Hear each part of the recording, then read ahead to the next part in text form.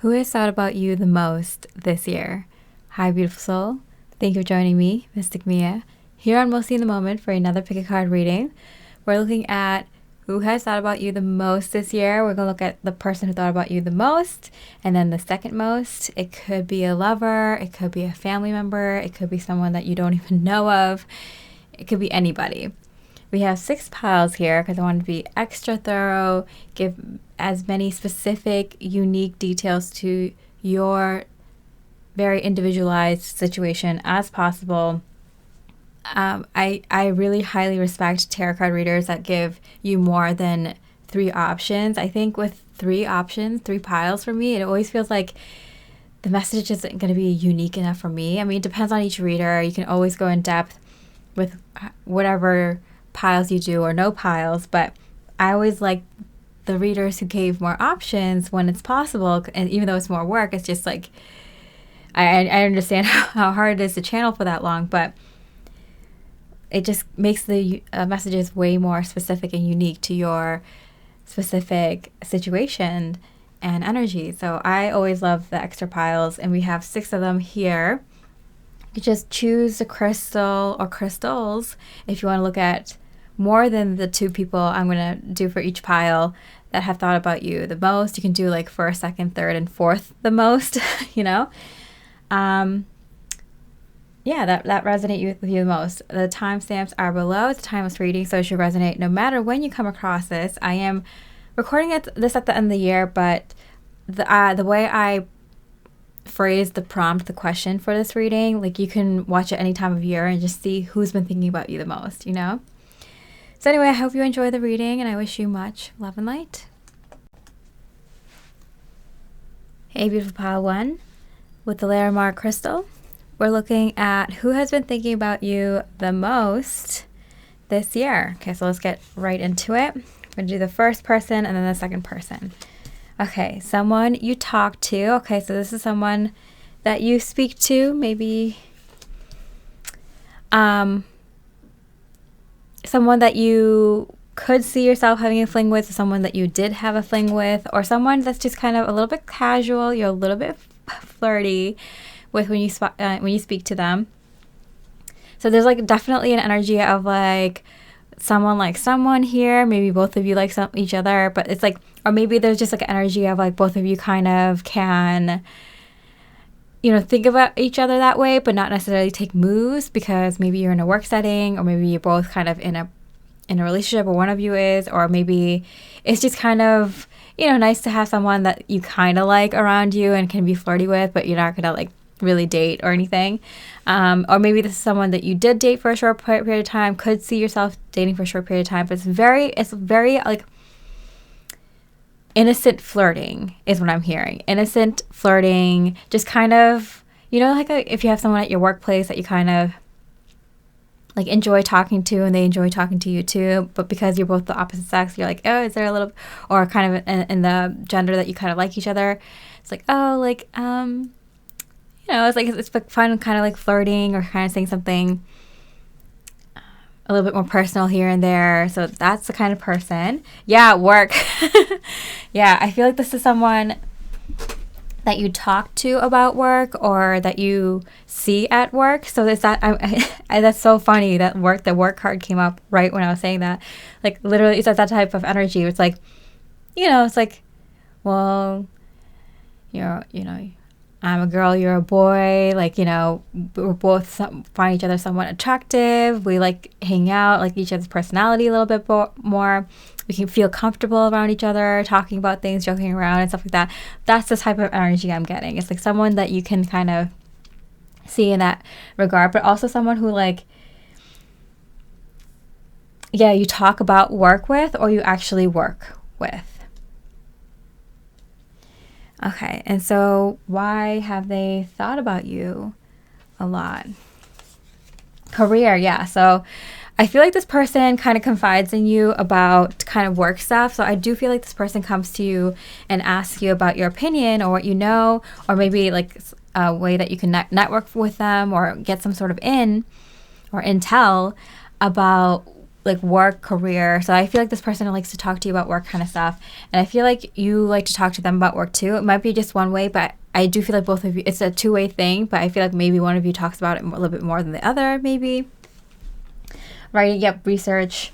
Yeah, I do feel like this person comes to you to kind of get the lay of the land, kind of. Like maybe you work for a company or business and they want to get into it, or they're new to it or something like that. Or maybe they're just fascinated by what you do for work and they just always ask you questions. Or maybe they take your advice really, really seriously. They respect your opinions. Maybe you know someone, you have a friend or family member who's in that line of work, and so that they really value what kind of input you give. Maybe they've taken your advice before and it really paid off for them. So I feel like this person really does really appreciate your talks about work, especially. And, if a little bit of flirting is in there, like, or talking about like other life stuff, like, hey, that's an added bonus right there. Why not? Okay, and then old school and reverse. I do feel like this person, they kind of feel like it's hard to find someone who looks at life the same way that they do, that kind of thinks the same way that they do, kind of when it comes to career or work. I'm getting like they're similar age to you, so they like talking to someone, first of all, who understands their like references, when they talk about movies or music or something like that. So they feel comfortable talking to you because they're like, we speak the same language. Like, I don't know, this like new age or young kids slang these days, or I don't know what these older folk talk about when I'm in the office, like, so it's like nice to just talk to someone who is like a similar age I'm getting, but also someone who thinks in not the normal societal ways. So it's like I'm getting someone who thinks about careers specifically in a different way than everyone that they know around them. So for these reasons, they feel really grateful to be able to have you in their life and to talk about these things. And I'm getting that you might not know that this person like thinks about you this much or this often. And I feel like it's because they feel like they want to reach out more, but they don't want to kind of overburden you and take up all your time kind of thing. Like, I feel like this person is trying to like pull back with how much they actually want to talk to you about these things. Okay, so who else? This is like the first person who's been thinking about you a lot. And we'll look at like spirit message at the end to see if there's like, if it affected your energies or if there's anything you should do about it, anything that it could help you with. But let's see, the second person who is thinking about you a lot, a past romantic interest. So this is someone you were interested in dating and someone who's around you a lot. Okay, wow. So I feel like this person is still around you. And this is someone you kind of had like a passing thing for. You might have had a crush on them. You might even thought they could have been a potential person to date if you're, whether you're single or not. Because I feel like for some of you, it's like, oh, like cute is cute, connection is connection. But for a lot, I feel like a lot of you, you're kind of single or just dating. And I feel like you had interest in this person, but not anymore. But they're still around you. So like, that's fun, isn't it? Yeah, I feel like you gave this a shot and it got kind of like sour right away. Like, I feel like it ended before it even really got started with this person. So they're the other person who thought about you the most this year. Is this person you kind of gave it a shot with, but it, right, even in the beginning, you're kind of like, no, it's not going to work. But this person is still around you. Yeah, so how are they thinking about you a lot? So they like talking to you because, again, you're kind of like therapy to them. And it seems like you have like a theme here, Pile One. You're someone who kind of has this energy of like you have really healing energy, good advice energy when you talk to people. Your conversations are really helpful to people. And I feel like you wouldn't have those types of conversations if you didn't enjoy them yourself. So you might be in this kind of line of work, or you might just be naturally gifted in it. And so you just find in your life that many people just kind of come to you for advice or to talk to you about more serious things, have conversations, get some help. Even in your friendships or potential relationships, I guess. Yeah, but it feels like this person like really, really appreciates your talks. It really helps them out. And they have fun with you. They had a lot of fun with you. I feel like this person maybe hasn't found someone that they can be very serious with and then have a lot of fun with. So it's kind of a really good mix. I mean, if you can bring that, I feel like maybe you saw your value. Maybe this person mirrored back to you your value, and that's why you're like, oh yeah, like, yeah, I am someone who is really can handle a lot of serious things and then have a lot of fun as well. Like a lot of Capricorn energy I'm feeling. It's like, play hard, work hard, play hard type of energy. And so I feel like this person kind of maybe even helped you kind of, because I feel like you shot them down, right? They really helped you kind of find your value again. Because even this person is kind of like, I don't want to bother pile one, So it's like, so maybe you even said something to this person. It was like, oh, sorry, I don't really have that much time. Or, I'm really focusing on this thing in my life right now. Or, do you mind kind of just like hitting me up less or something like that? Because like, I love our conversations, but like I can't, be there for you like every step of the way, or kind of like be available to talk to you all this time or something. Like there's an energy where you kind of push this person back too. And I feel like for these both people, there's like energy of like pushback, because like you're like, I need this energy for myself or something like that, or need this energy for something better or something else that you're focusing on. Coffee cup. Yeah, meeting and talking, savoring the moment. I feel like building a friendship. I do feel like for both these people that you built some sort of friendship with them on some level, even if it wasn't like your best friend. It was like nice to talk to them, and that's why you kind of allowed these conversations to continue, because I feel like they do kind of get a lot of value from having conversations with you. You're almost kind of like, should I charge for this? I'm hearing.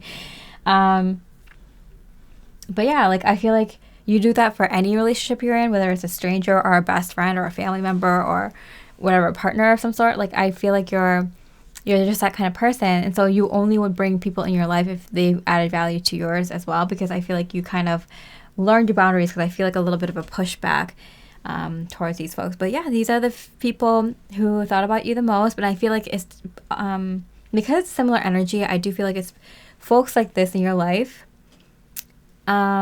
Definitely someone who has a potential for something romantic.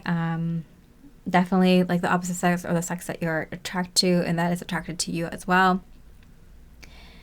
And, really got good, valuable conversations with you that was very therapeutic for them in different ways. All right, so pile one, I hope you enjoyed this reading. If you did, I really appreciate a like or comment. It really helps me out and lets me know that you liked this topic. Let me know if you like this topic, if you resonate with me as a tarot card reader. And, maybe help me out if you can help me out. Like when do you usually watch tarot readings? And what are you doing when you're watching tarot readings? I really would love to know. Okay, with that, I hope you have a beautiful rest of the day. And I wish you much love and light. Hi, beautiful pile 2 with the Lapis Lazuli. We're looking at who has been thinking about you the most this year. So we're going to do the first person and then the second most person. So let's start with the first. Someone you see once in a while. Okay, so this is someone you don't see every day or often, but once in a great while. And I am seeing like, it could be face-to-face or online, I'm getting. And this is someone who is attracted to you, someone who does find you hot and thinks you're very, very good looking. Okay. And I do get that they think about you more often than you think. I think it's surprising to you because this person, I feel like it was like when it's like out of sight, out of mind kind of energy. But this person thinks about you in a multitude of ways. Like they think about you in terms of not just someone they're attracted to you in a very sexy, lusty way, but also in a way of like your brilliance, your brain, I'm hearing, and then also kind of your style, and then kind of how you go about life, your lifestyle, and then kind of your friendship and your good qualities, your private qualities. Like I feel like this person thinks about you in so many different types of ways, which is interesting because I think it surprised you how much this person thinks about you, and also but how many different ways. Okay, so why did this person think about you a lot? Yeah, you're very good looking.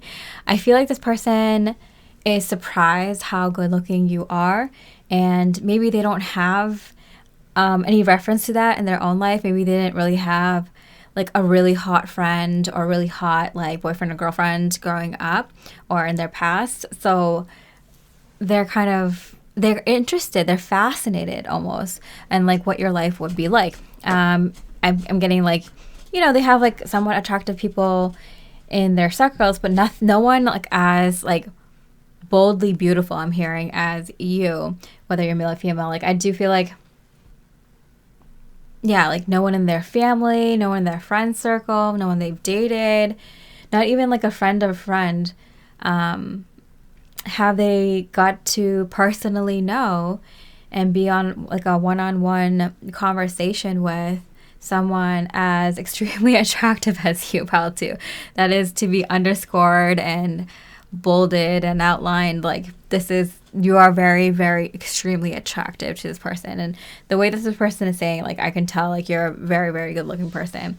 And so this person is like literally just like fascinated by like how you may like live life, how you think, why you think the way you do, like how your attractiveness affects everything else in your life. This person might have had a lot of issues with their own self-worth and image in the past. And maybe just like a little bit casually. Like I feel like this person is very introspective and also very curious, and they just have that kind of that's just their natural state of mind where they're just kind of curious of how other people live, and they happen to meet someone who's like very attractive in their life, and they're curious if it was someone who, was also a billionaire, or someone who was like, part of like a sextuplet or something like that. Like it's like someone who they feel it's like such a rare person to come across. It's like it's fascinating to people, especially to people who are naturally curious, like how you live and how you think about things and how you go about life. Like, there's a minor celebrity to this person. Interesting. Yeah, dangerous. They're like, this person's looks can be dangerous. Like I feel like they feel like it's like kind of, if looks can kill, I'm hearing. I feel like they might have not the best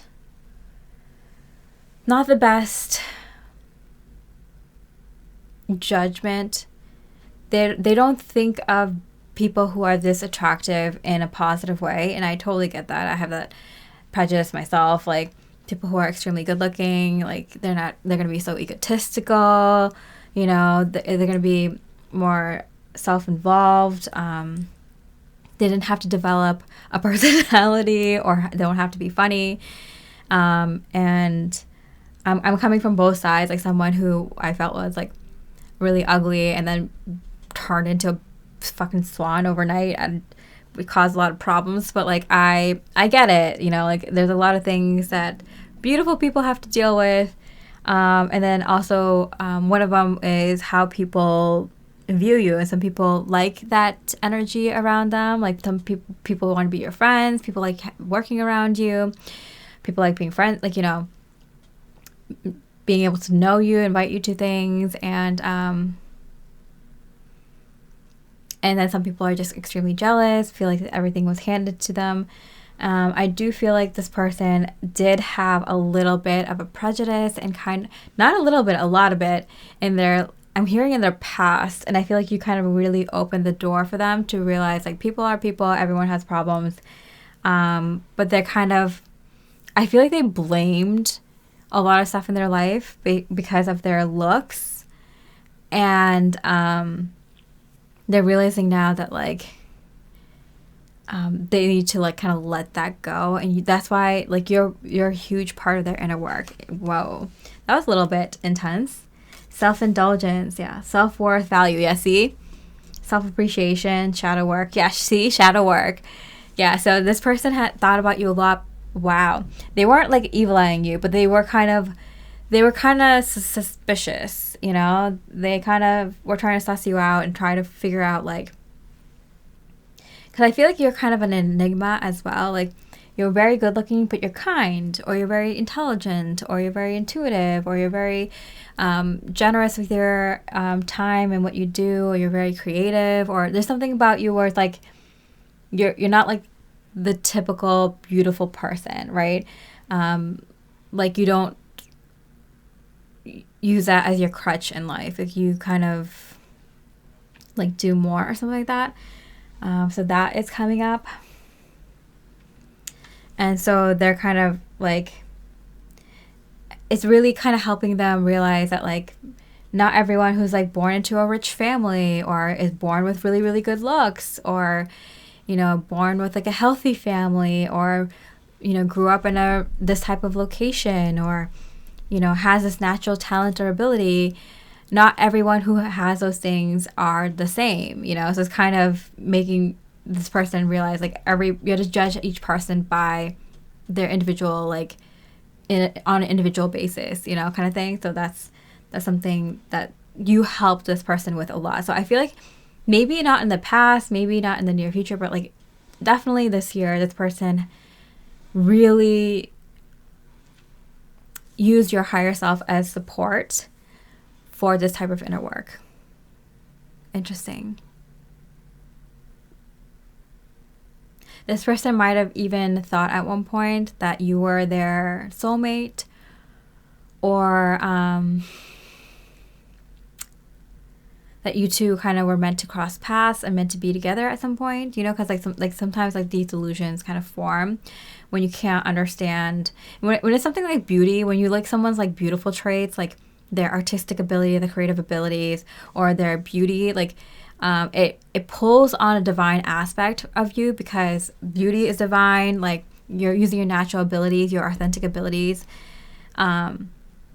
is divine. It's something like it makes people light up, and it's like such a beautiful thing to see in another person. It's like kind of seeing that in yourself, and so it like if you don't see that often, it kind of forms like an attachment sometimes. But I do feel like this person is like a healthy attachment, and it's not long term. I do feel like it's temporary, and it was for the purpose of doing this kind of shadow work for them.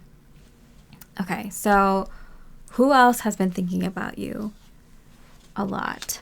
Ooh, past love interest or an ex-boyfriend, girlfriend, partner.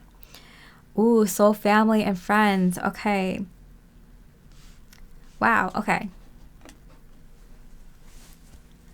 So this is someone who you definitely liked enough that you might have even dated this person, but you might have found out that this person was more kind of like a medium or medium high level soulmate, very much more of a friend or soul family member than an actual like potential romantic interest. Like I feel like you've maybe dated this person or had strong interest in this person, maybe even like had a serious committed relationship with this person for a while, or had like an interest in this person for a very long period of time, and it went both ways, I'm getting. But one of you or both of you, I'm getting at least you, felt like this was more of a friendship than it was something that was romantic.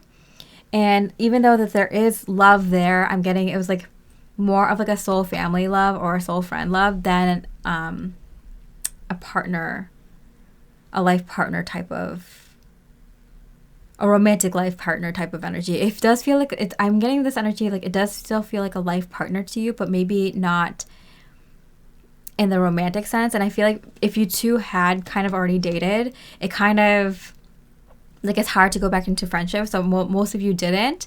Maybe some of you did. Maybe some of you kind of are friends at a distance because it would affect your current love relationships if both of you were still friends and dating, if that makes sense. Or in another relationship. So I do feel like this is someone that, like, you have a lot of love for, but it seems like a little bit more platonic than romantic. And that was enough to kind of keep this person at a soul family level. Does that make sense? So that person has been thinking about you. I do feel like this person feels kind of, like there's incomplete energy here. There's something that they feel like not was a lie, but was like deceitful. Okay, so let me see why this person has been thinking about you a lot, because I want to clarify the Seven of Swords.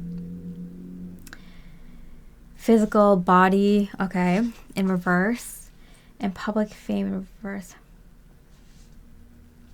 There's something about like not showing PDA in public. There's something about they didn't like how you two were out in the world or something like that together.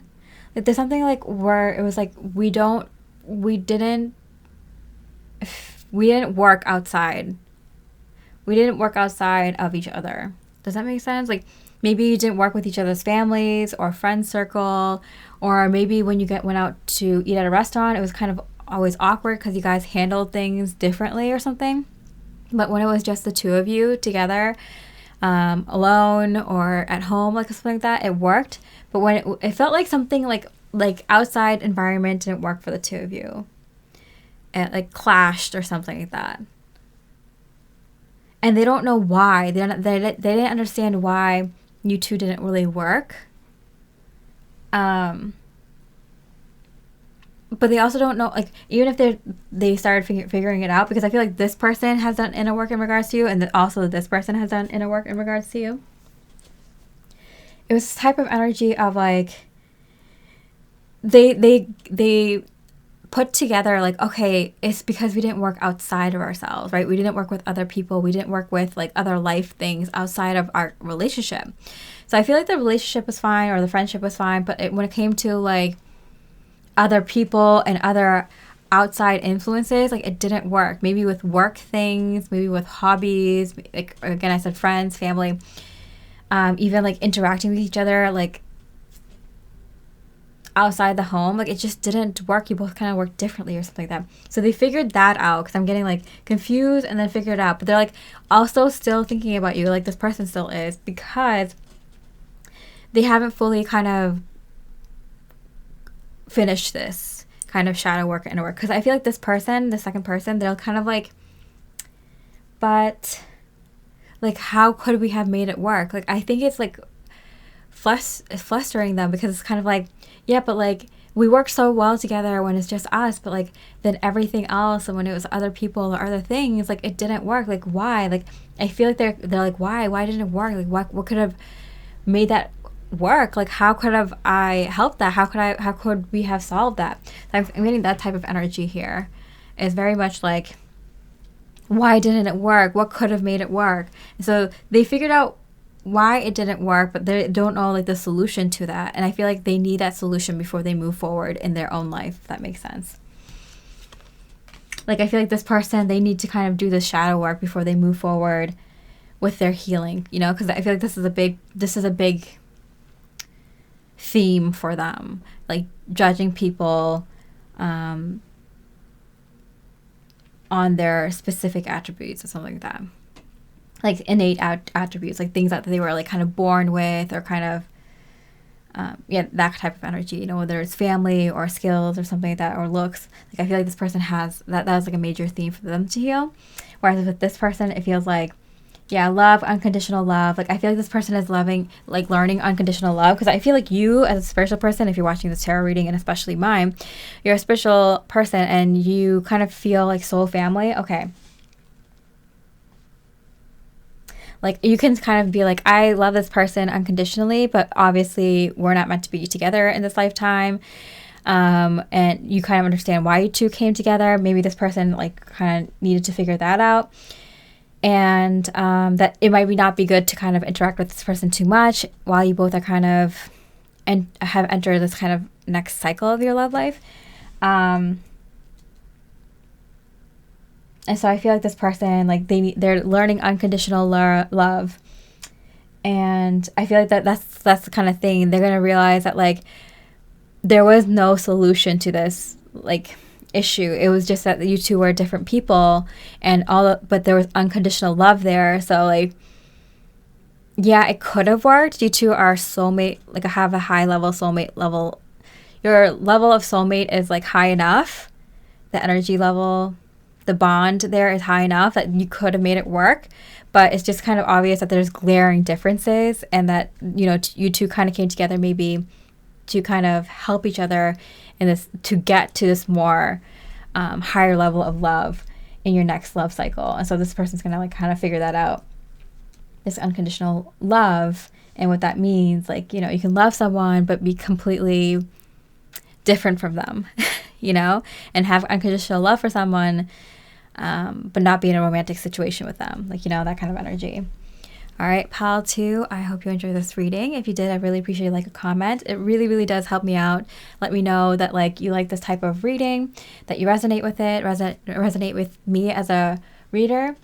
Also, if you'd like to let me know, this really helps me out in terms of information and doing this divine work, is like, you know, when do you like to watch tarot readings? What are you usually doing when you're watching tarot readings? And you know, are you new to the channel, or have you been with me for a little bit? I'd love to know these things.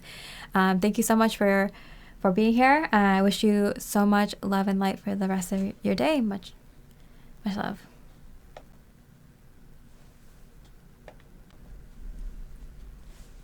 Hi, beautiful pile 3 with a Hiddenite crystal. We're looking at who has been thinking about you the most this year.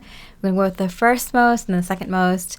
Let's get right into it. So the first most, siblings. So I do feel like for most of you, it is a specific sibling or siblings, or someone who is like a sibling to you. Okay, and then one that you have maybe not talked to for a little while, or at all. So that someone who is like a brother or sister, or it could be multiple siblings, or multiple people who felt like siblings to you. You know, you laugh hard, you understand each other from when you're very young, or feel like you've known each other for your entire life, and then can fight as hard as well. You know, that type of energy. So yeah, for most of you, it's an actual sibling or siblings that you haven't talked too much. It doesn't have to be because of a falling out. It could just be that you two got kind of busy, or all of you kind of got busy, and or maybe you just like haven't heard from them for a little while, and you know they're concerned or you're concerned. But I do feel like this person has been thinking about you a lot. I'm hearing they even think about the fact that they haven't been able to catch up with you in a while, or often as they would like. Oh no, death. So I do feel like they really heavily feel that the relationship between the two of you has majorly transformed. So whether it's been somewhat recently or it's been for a long time, that like this kind of, it could be a falling out, it could be like absolutely no contact for protective reasons, or it could be just like, you know, one of you got busy and then like they harbored resentment, and this anger just kind of built up and just kind of got more awkward and more weird to reach out. Or it could just be that both of you kind of started new lives, or moved, one of you moved or both of you moved to different locations and just kind of fell out of each other's lives, just because, you know, relationships grow and transform. And I feel like the two of you had, like, I feel like if it was more recent, it just feels like it was because both of your lives have changed. You know, maybe someone got married and had kids. Maybe someone moved away for school or work. Maybe, someone has started having health issues, or, something of that sort, where it just feels like the energy has transformed. So I feel like it's either a sibling that you had like no contact with for a while, and there's this kind of like awkwardness if you kind of reach out now, or an energy where you've kind of all kind of transformed their connection has been transformed because of changes in each of your lives, is what I'm getting.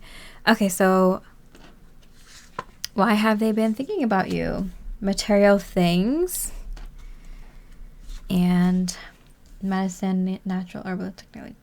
Okay, so I feel like they're very interested in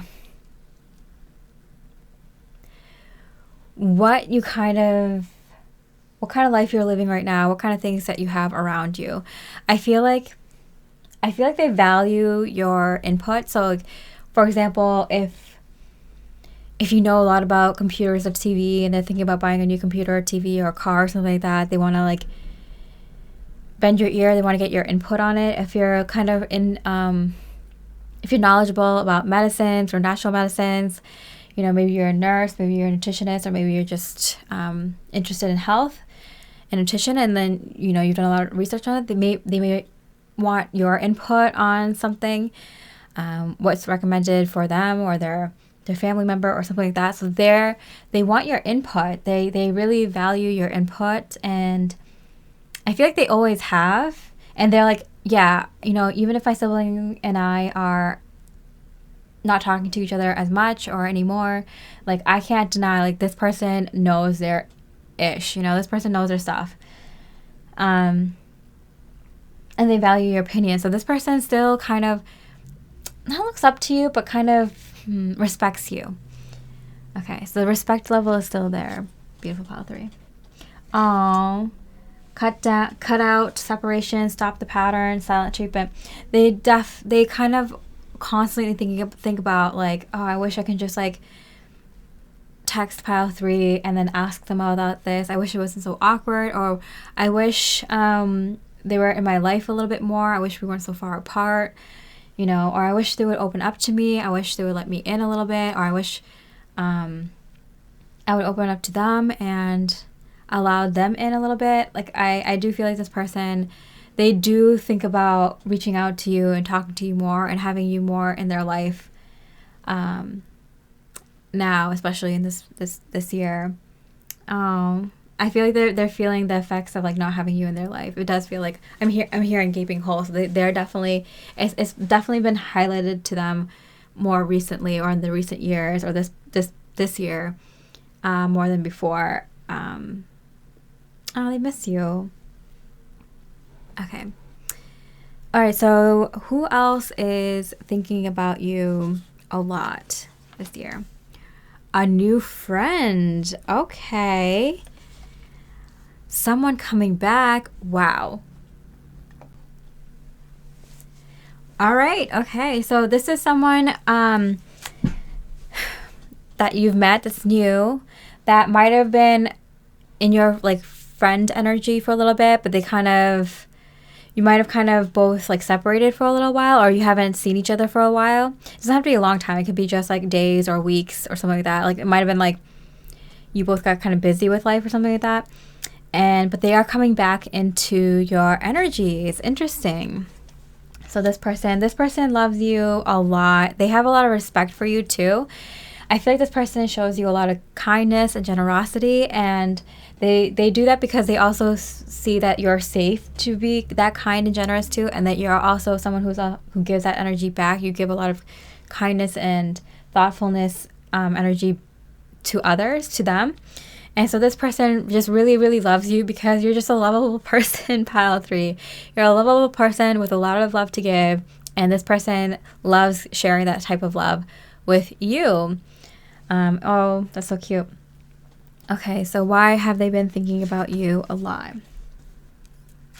Okay, they want to invest in this friendship, in this relationship with you, because they do value people you can be real with, people you can get emotional with, people you can share deep things with, and then people that you can share your love with. I feel like this person has so much love to give. They probably give you so many compliments or so many like little gifts, or show you so much like thoughtfulness, probably invites you out a lot, or messages you a lot, or calls you a lot, or think of things for the two of you to do a lot. So this new friend, they have that type of sibling energy, where they want to be more. They want to be more than a friend. They want to be kind of like a sibling, or just someone who is like a really, really good friend, almost like family with you.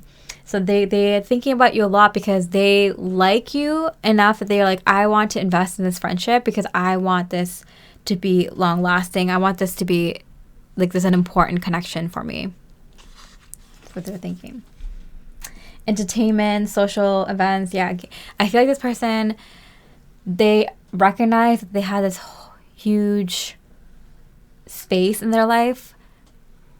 They had something missing in their life, which was someone that they can be close with, on this type of really, really strong, like family-like friendship with, where they can have a lot of fun. Because I feel like this person has been missing out on fun. I feel like this person maybe hasn't had like a best friend for a long time, or doesn't have many best friends. And so they see that value, they see that quality potentially in you, and so they want to invest in you a lot, and they're probably sharing a lot of love towards you because they want that type of friendship with you. And so they're thinking about in ways that they can solidify this friendship or level up this friendship a lot. They think about that a lot. Okay, the golden mirror, narcissist, love bombing, self-absorbed. Okay, I got love bombing. So I do feel like this person is love bombing you a lot. And I do feel like you may not feel the same way about this new friend. I do feel like you kind of value this relationship, but I do feel like there's an energy of like, you've changed, or circumstances have changed, and there's this energy of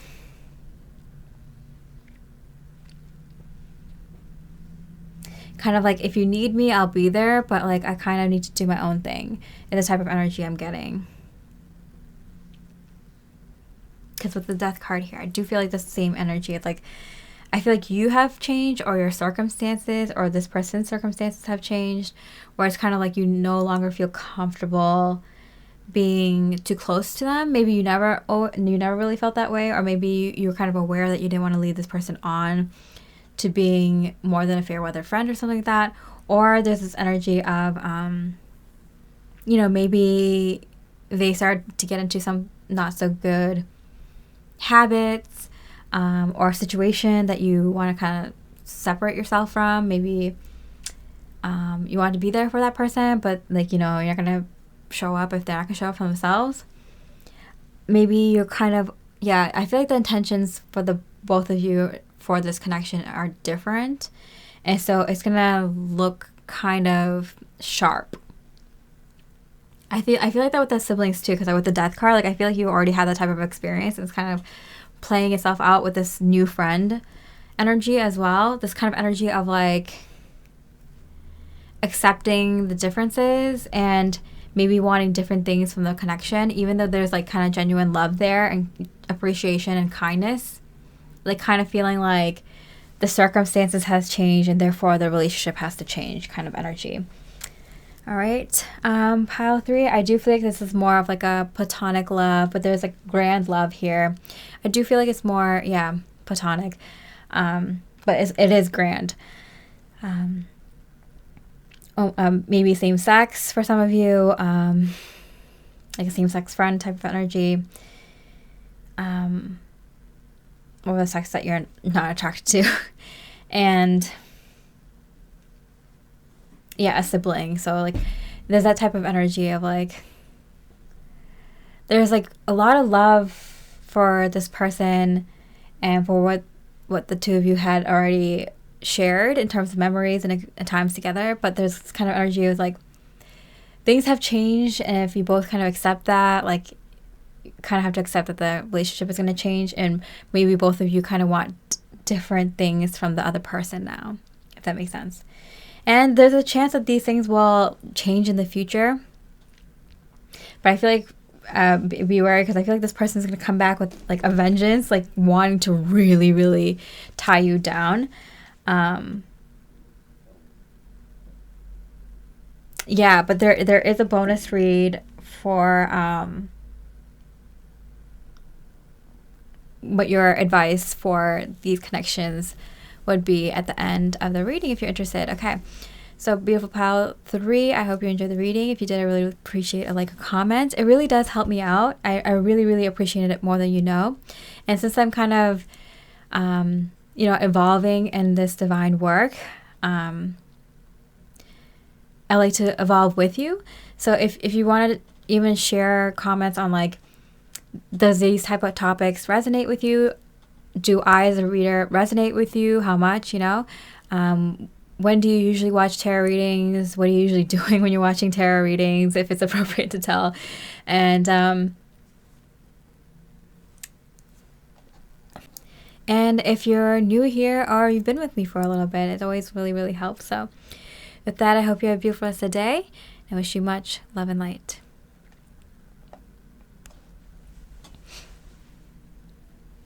Hi, Beautiful Pile 4 with the Hiddenite crystal. We're looking at who has been thinking about you the most this year. I'm going to do the first person and then the second person. And there's a bonus read at the end for a spirit message on seeing if these energies of other people thinking about you has affected you. And if there's anything you should do about it, if anything. All right, so the first person, a friend that wants more. Okay, interesting. And a group of people in reverse. Okay, so I'm getting there are multiple different people that aren't from the same group that are probably don't even know each other or don't even, you wouldn't put them together, or you see these people separately. Maybe one person is this person you see around where you live a lot, or one person is like where you work a lot. Maybe one person is where you see at like a friend's event. It's like a friend of a friend a lot. Like there's like different people from different areas of your life that are thinking. There's a lot of people who are thinking this way, and these are a lot of friends who want more. And this is, these are people who are attracted to you. So I'm getting a lot of different people. There's a group of people who want more than just friendship with you. And these people don't necessarily know each other, and they're from like different areas of your life. They're like sprinkled out throughout your life, if that makes sense. Interesting. Okay. And Wheel of Fortune in reverse. I feel like it's always bad timing, and I feel like you don't feel the same way about these people. I feel like you intuitively know like there's nothing here. But I don't think these folks necessarily feel that way or understand that about you. These people just might see your light and see your looks, see your achievements, or something about you that they're attracted to, maybe your personality. Maybe you're one of the few people that kind of understands them or takes the time to talk to them or engage in interests that they have. And because of that, they kind of hook themselves onto you. But and others, like, they're interested in you, but maybe you're not interested in them, or you're keeping it at arm's length. You're kind of not interested in this person or these people, or just people who kind of casually see you and they feel like you're out of their league or have no chance with you, or maybe they don't have the courage to go after you, and that's like not your energy. I feel like you're a very intuitive person, especially if you're watching this tarot reading, and especially on my channel, you're a very intuitive person, very spiritual. So you kind of already know, like, if there's something between you and a person, like right off the bat almost, and most of the time. And I feel like a lot of people might take your kindness for flirting or something like that, or maybe these folks don't kind of meet a lot of people, or meet people who kind of give them the time of day or share similar interests or something like that. So they kind of grab onto what they see, what they know, what they can see right in front of them kind of thing. And so I feel like you're kind of like, no. But I don't think a lot of people have the intuition or the knowing that you do, or the wherewithal or self-awareness, or I guess just life experience like you do. Okay. So why are these lots of people thinking of wanting to be more than friends with you? I am getting like some people who, like, there's more romantic interest here, like people who are romantically interested in you, of course. But I am getting also people who want to be like better friends with you also, you know? You definitely have that type of energy, Pile 4, main character energy, where people like love you, hate you, want to be you type of energy, right? So yeah, work event in reverse, and service to others, helping. I feel like you just kind of naturally, like your life purpose, your kind of soul mission, your destiny, your fate, what you kind of do naturally day to day is help people. You're just super kind, generous. You kind of go out of your way to, like, if there's something you could do to help someone, you do it. So I think you're just that kind of person, and that's just like a very attractive quality, and it's on its own. It's very magnetizing, and so you draw people to you all the time. Good people, bad people, you know, and everything in between. So like good people who want the best for you, good people who want something selfish. Bad people who want kind of something that's good for you, but kind of something that's good for them too. And then bad people who just kind of want to take advantage and use your kind energies, and then everything in between, right? So like you're just magnetizing, you're drawing in lots of people just because your light shines that brightly and authentically. All right, so yeah, why else are they thinking about you? The chaser, yeah, they're the ones chasing you because it came out in reverse. You see here.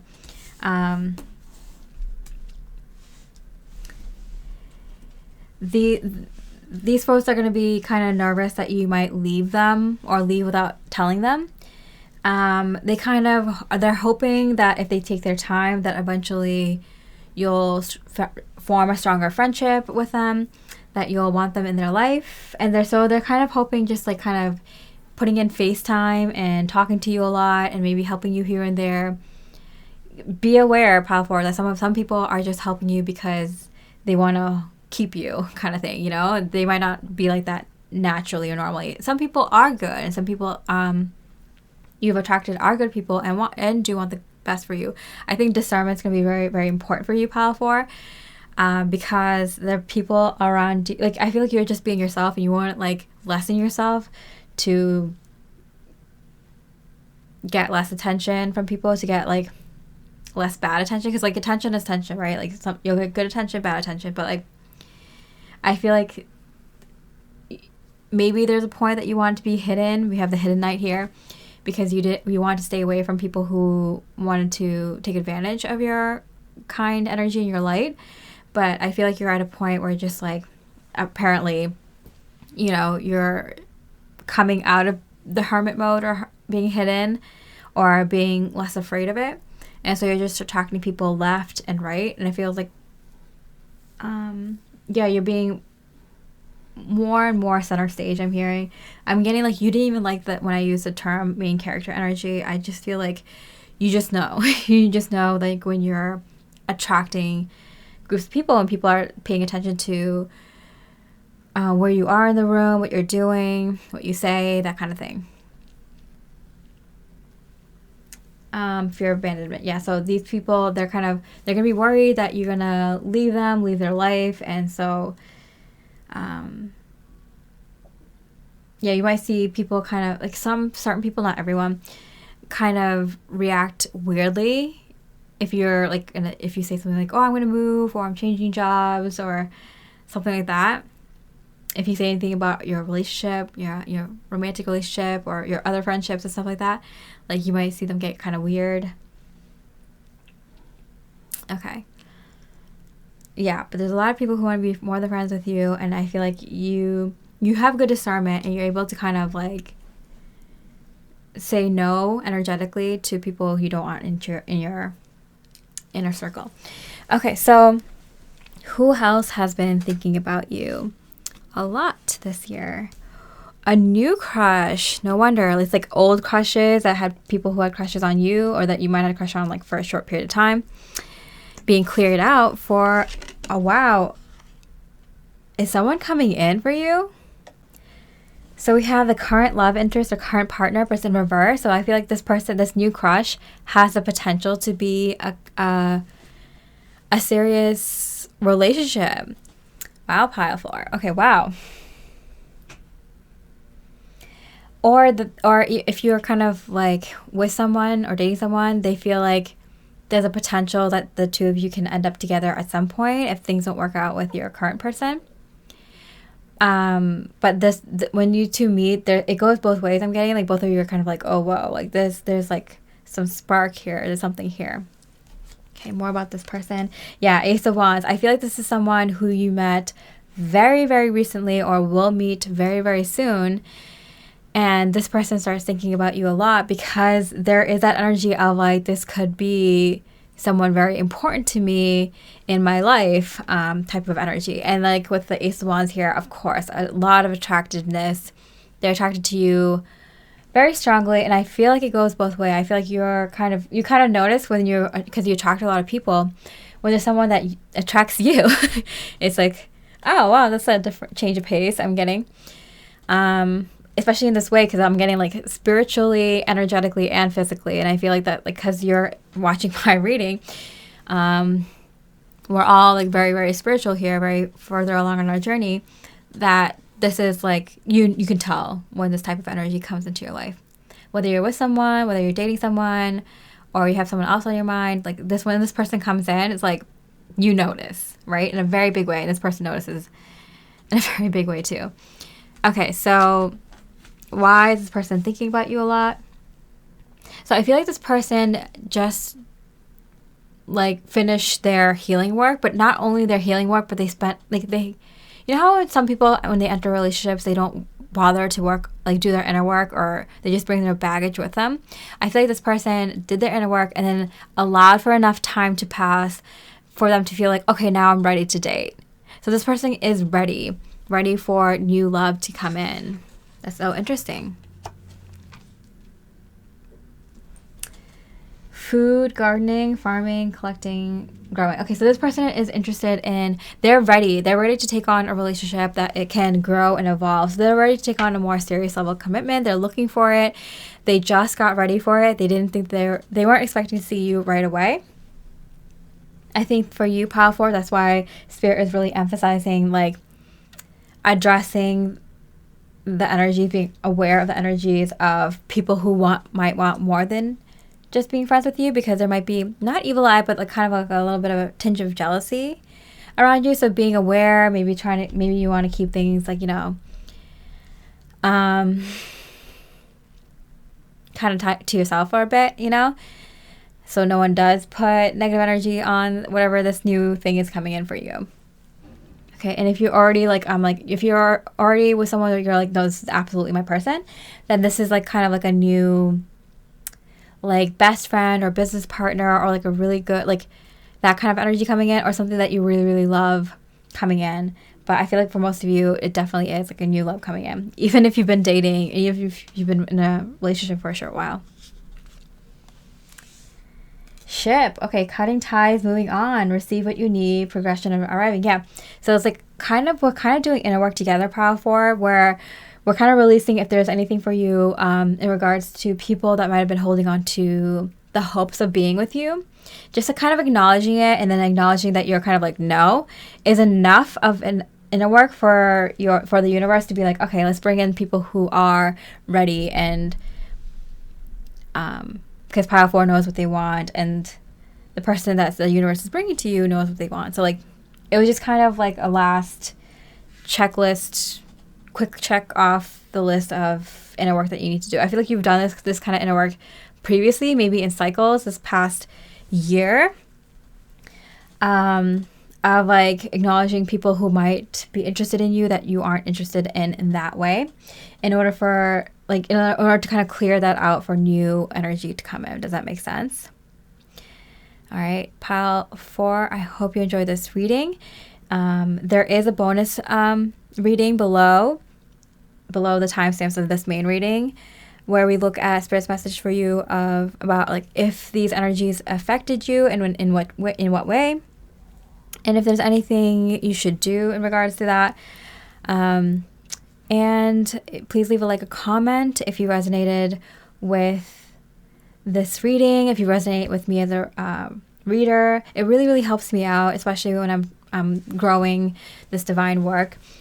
If you resonate with this topic, if you like this topic or like topics like it, even things like how often do you watch tarot readings, what days, and what are you doing when you're watching tarot readings, if you want to share.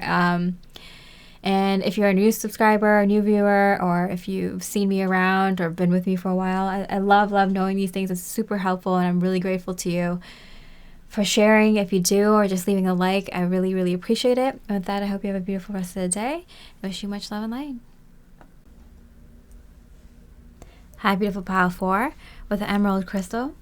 We're looking at who has been thinking about you the most this year. We're going to look at the first most and second most. There is a bonus reading at the end with Spirit's message on if people thinking about you affected you at all in your energies, and if you should do anything about it, if anything at all, what you can get out of that message, for how it can benefit you.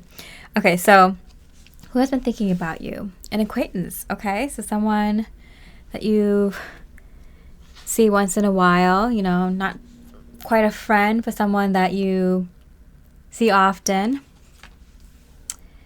Many potential love interests. Okay.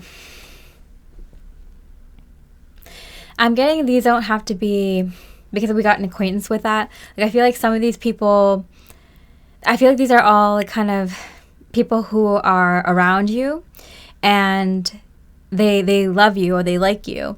They definitely like you. And I feel like it's either a new energy, or you don't see these people that much, or there's a degree of separation from these folks. Maybe it's people that you don't know personally or don't know well. Maybe they connect with you over social media. Maybe you're part of the same online community or group, or in-person online community group with a church or a temple, or some sort of school. Maybe a workplace thing, but from a different departments or something like that. There's a lot of people who like you, Pile 5. I think more than you realize, and I do think that a lot of people, like to see you and like to see you more often, and think highly of you, think well of you. The Emperor in reverse. Okay, I do get this feeling of there's a lot of good people around you now, Pile 5. I'm getting this energy of you've upgraded your energies recently, and so now you're connecting to much higher caliber people. If you hear that train whistle, that is my sign of divine confirmation. So I'm getting you might have noticed that the people who connect with you now are way more your vibe, way more higher vibe, higher frequency. That can inspire and motivate you, that can push you to be better, because these people are on your level or higher, or close to your level. You know what I'm saying? So these people are people that can push you. So I feel with the acquaintance energy, I feel this is kind of new. Or even if people have this energy, they were kind of at a distance until you kind of leveled up your energy, and now they're kind of are able to be in your energies. Maybe you kind of bumped into them and recognized them when they were in a high frequency energy, and so were you. So it might have been not often, but now I feel you're coming to you're bumping into, because your energy level has increased. You're only having people bump into you who are at around your energy or higher. And you're going to find that there's going to be some people who are going to be able to hold that frequency longer, and those are going to be people who are going to be able to be in your energy in your field, in your environment longer. And some people who may not be there yet, so you're going to see them every once in a while. But because your frequency has entered a new level, stably Pal 5, that's why I'm getting like this 5D energy, you're going to notice that the people who you attract and who are able to be around your energies now are only people who are similar to your energy or higher. Wow.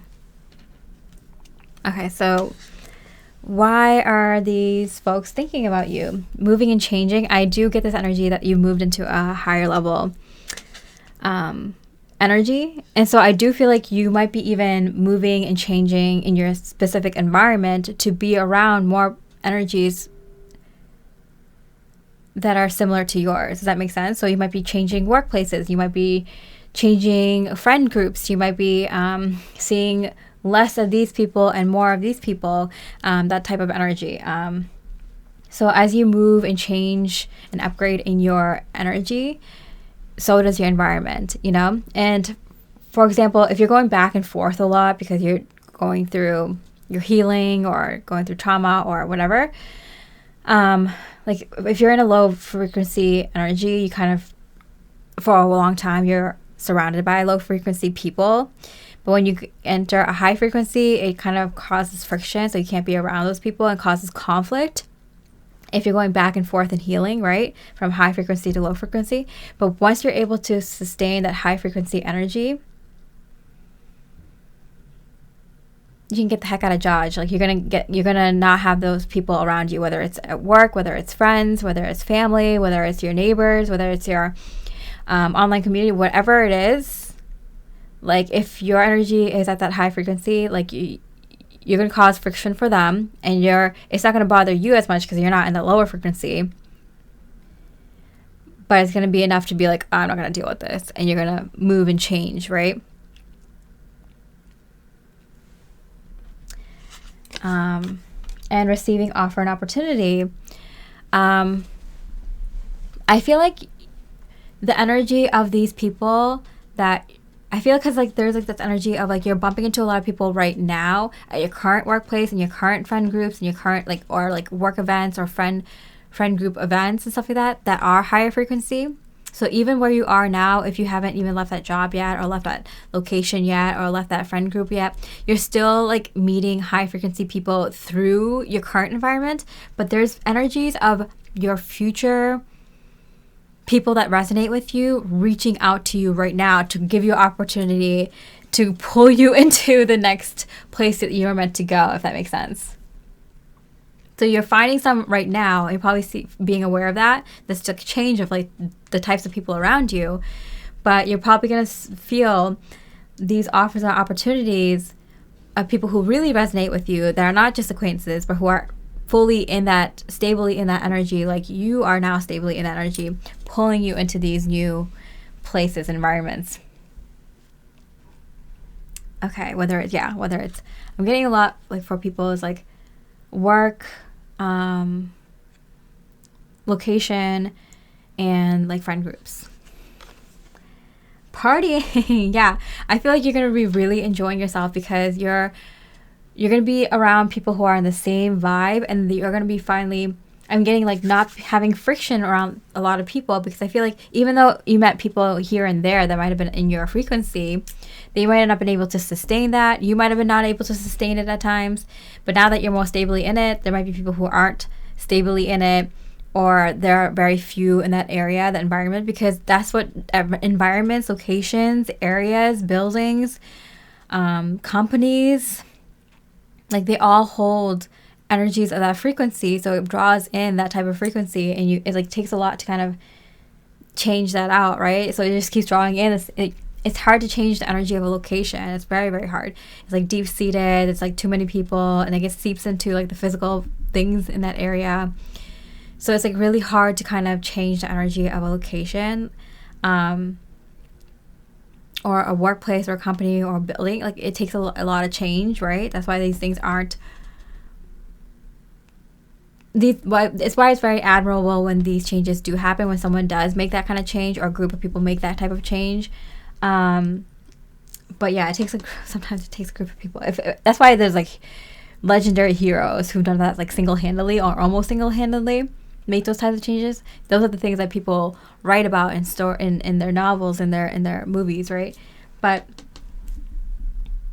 their plays, I'm hearing. Okay, and partying. So when these people are dragging you into this new energy, they're like, come here, come hang out with us. And I feel like you can have a blast, pile 5, with these new offers and opportunity, whether it's in work, whether it's in friend groups, or whether it's in like location that you just kind of more vibe with. All right. So let's see who else is thinking about you a lot this year. Love of a lifetime. Are you serious? That's so awesome. People you are responsible for. Okay. All right. So I do feel like there's this energy of someone who is like a really high caliber soulmate coming in, and this is romantic soulmate. So there's like a love, romance aspect to this relationship. And then people you are responsible for, I do feel like there's the energy of like you taking care of this person and this person taking care of you. Like there's an energy of being very interdependent, maybe even slightly codependent, which F the people that say there's such a bad thing to be codependent or interdependent or dependent on another person. It's like F you. Like to build families, to build good relationships, to build good communities, you need to depend on other people's. You need to be a dependable person yourself. Sorry, I have like not going to go on that rant. What is this whole movement of be Miss Independent and don't get heavily be dependent on other people? No, it's a feminine quality. It's a fine quality to have. You know, people have been very toxic in those ways because there's been a lot of toxic energies in the collective overall, but it's not toxic masculinity or toxic femininity. It's literally just toxic ways of thinking about love and relationships and sex and family and community. That's what's the issue, not the dependency and being a dependable person. Gosh. All right, sorry. That was my rant. Let me know if you agree with me. Okay, sorry. But you know what I mean. Okay, so there's this energy of like this person is depending on you and you're depending on this person, especially to kind of start this new life, start this new energy. I'm getting this energy of like starting fresh or starting from square one or starting kind of in a new life or a new cycle. And both of you kind of being like, you're going to be here, right? Like being able to know that your partner is dependable, that will show up and like build this house with you and figure out this new location with you, or you know, be supportive while you figure out and navigate this new workplace or this new work dynamic or this new business or whatever it is. Having someone who will definitely be there for you every step of the way, very strongly, at least for the beginning. So whether this is someone who just newly entered your life, is entering your life right now already, energetically or physically, or it will enter in your life soon, this is the type of energy I am definitely getting for the two of you. Okay. So, Knight of Pentacles in reverse. Yeah, with the Emperor here and the Knight of Pentacles right below it, I do feel like what's coming in is more long-lasting relationships that are in your vibe. So I do feel like there's like, especially in this realm of duality, this world of duality, there are kind of more like the negative thinkers and the positive thinkers, and yeah, there's like varying types in each, but it's kind of like you're either in this category or that category. You know, it's like it's mostly black and white when it comes to when you kind of look at like someone's mentality, right? And their capacity to grow, a willingness to grow kind of thing. And so you're kind of stably in this very like positive mindset, healed mindset, wanting to grow and evolved mindset, right? Doing things for love, doing things because it resonates, authentic, that also helps other people in the collective and that kind of thing, right? You're in that type of energy stably. And I feel like whatever kind of environment you've been in, it's kind of been like, you see those people every once in a while. Maybe they're kind of on the same journey as you. They're trying to get there. You know, you bump into fellow journeymen on your spiritual journey every once in a while, right? But once you kind of enter this energy for good, your environment, the way that you interact with reality completely changes. So I do feel like you kind of are in the same boat with this person. So both of you are kind of figuring out this new, like, belief system change, reality change together. And it's really helpful to be with someone. And it kind of makes sense because you're transcending duality, the 3D world, into 5D, where you don't see things like separate from yourself, and you kind of don't see things as like this or that. And again, I use black and white, but like, yeah, it's like kind of like you're not seeing black, white, or gray. You're seeing all the perspectives. I think when you transcend duality mindset, it's not like a uniform way of thinking. It's actually seeing things in all perspectives. It's not one perspective, it's all perspective, which is different from two ways of seeing it, or seeing it like in just specific ways. You know, that's why I see like duality and what's it called? Not singularity, but like transcending duality in that specific way. What is it called? It's not singularity. It's uniform. No, I don't know. Anyway, time to brush up on that spiritual topic. Okay.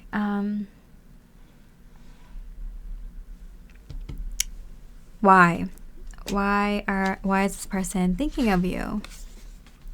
Creative arts. Yeah, I do feel like you two are taking on a creative passion project together, and that is really helping you kind of navigate this new reality in this world. Exploring, adventure, yeah, finding curiosity. Yeah, see? The two of you are really diving into your creative aspects, because it's really helping you ease into this new way of thinking, believing, and interacting with your physical world, which is really, really beautiful. That's awesome. And death in reverse. I feel like both of you really feel like, especially with this moving and changing in reverse, like this person has also kind of completed what they needed to complete in their old cycles, in their old world, in their old belief system. And it's a major, major cycle. Like, even when I was talking about this pile, not every pile is super spiritual. You are pile 5. You do know what it means to complete this like healing cycle, the spiritual and the initial spiritual cycle, a spiritual awakening cycle. And I didn't know this until I completed it myself. So I'm going to be a little bit vulnerable here and open up. But personally, I didn't realize it until like when you start this journey, you're kind of like, is this for life? Like, is it ever going to end? Is it ever going to be easier? And then I saw that like I finished mine in like 7-8 years, and I found other people who've been on the journey for as long and gained as much wisdom and experience and know-how and teach as well, or share their knowledge. Because like if you're connecting with me, you're in this pile specifically, you also teach, you know. We teach each other, like you're you know, we're gonna be on that same vibe. But theirs is also 7 to 8 years, so there is like a definite time, an ending time, but you don't know it when you start it, you know. And this is like an inner secret, so like you don't tell people like, yeah, like this is the general time frame that this healing cycle ends, because you kind of have to go into it not knowing if it's ever going to end, and that you have to kind of keep going until you're done. It's not going to be the same for everyone, I don't think, but like the people that I bumped into had the same time frame, and it kind of blew my mind. But yeah. All right, pile 5, I hope you enjoyed the reading. If you did, there's a bonus reading question at the end of this reading. The timestamps are below, with Spirit's message for you in regards to if people thinking about you a lot has affected your energies positively, negatively, and if there's anything you should do about it, if anything at all, and you know what benefits can you get out of this, knowing this today.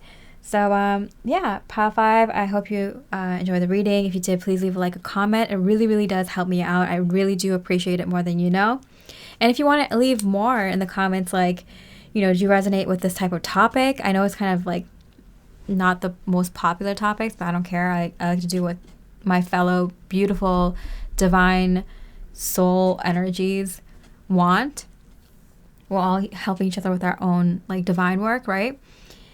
If you resonate with me as a reader, what you're doing when you listen to tarot readings and how often do you watch them, what days, it would really help me kind of evolve my divine work at this time. And yeah, if you've like, if this is your first time checking me out, if you've seen me before, if you've been with me for a while, I'd love to know these things anyway. Thank you so much. I hope you have a beautiful rest of the day, and I wish you much love and light.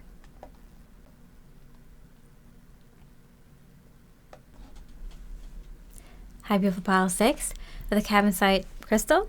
We're looking at who has been thinking about you the most this year. So we're going to do the first person and the second person. There is a bonus read at the end if you're interested, with Spirit's message about did them thinking about you a lot affect your energies, and if you should do anything about it, if there's anything you can get out of this, knowing this kind of information, how it can benefit you. All right, so let's start with the first person. Temporary alliance. Interesting. Okay, so this is someone who you're temporarily being on the same team with because it benefits both of you, or both parties involved. Someone coming back in reverse. Okay, I feel like this is someone who's coming back one more time, but I feel like you have a team member here, or you're teaming up with someone in order to make sure this person never comes back again.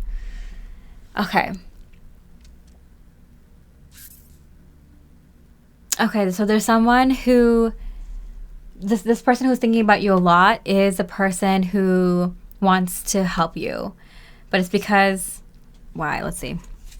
Who's this person? Yeah. It's because it's so dark, the energy of this person coming back, that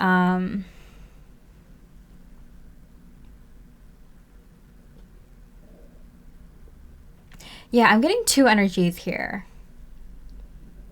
I feel like there's someone coming back in order to kind of form a temporary, like they want like a truce with you, because well, we'll see why. Why?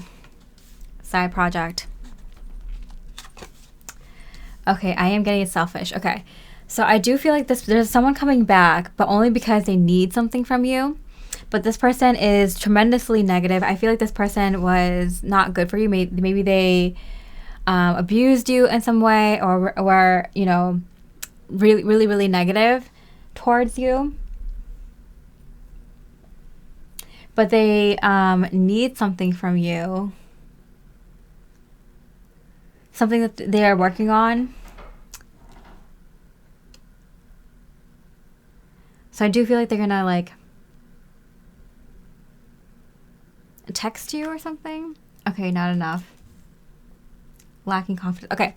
All right. So I'm getting this person, like they can handle the situation by themselves, but they choose not to because they don't think they are good enough to handle the situation. So maybe it's something like filling out a form online, or talking to an expert online, or maybe kind of calling an expert in order to handle this. Maybe it's like maybe their car has broken down, or their laptop has broken down, or maybe they're looking for some guidance. Maybe they're looking for like a therapist or a doctor, and they feel like you would be able to help them find this thing that they're looking for, this thing that they need help with.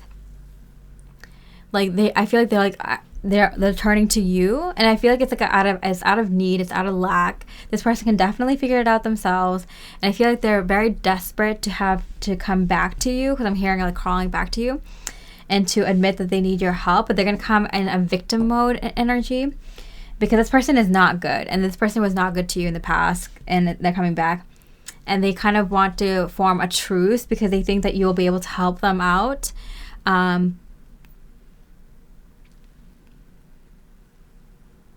But they're not a good person. I'm gonna see if there's like another person here that's gonna be able to help you in regards to this person coming back, or is it just like this person that wants a temporary alliance with you? The key. Solution and blocking. Okay, so they think that they can have access to your energy again by saying, like, by coming to you being like, oh, can you help me? Like, you know, you're such a kind, generous person. Like, I can't figure this out myself. You're always better at this. Like, can you help me? They think they're going to be able to crawl back into your energies.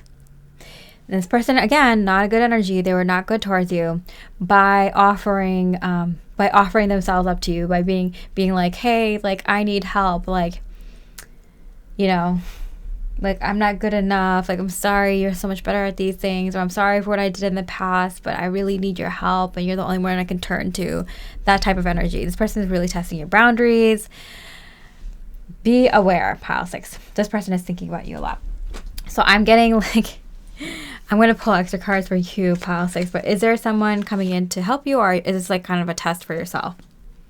Yes, there is someone coming in to help you, and it doesn't have to be necessarily a man. It's just someone who's coming out their masculine protective energies.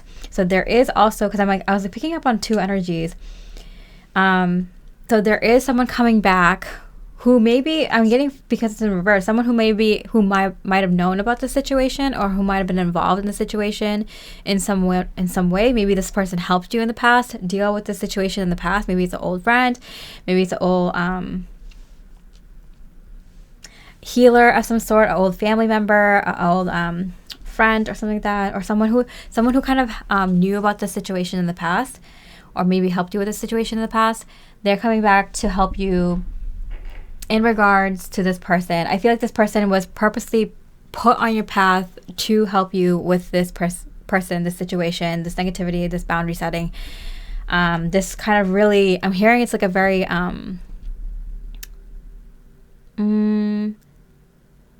was like saying, like, is it a Tower moment, a Dark Night of the Soul? And they're like, Dark Night of the Soul.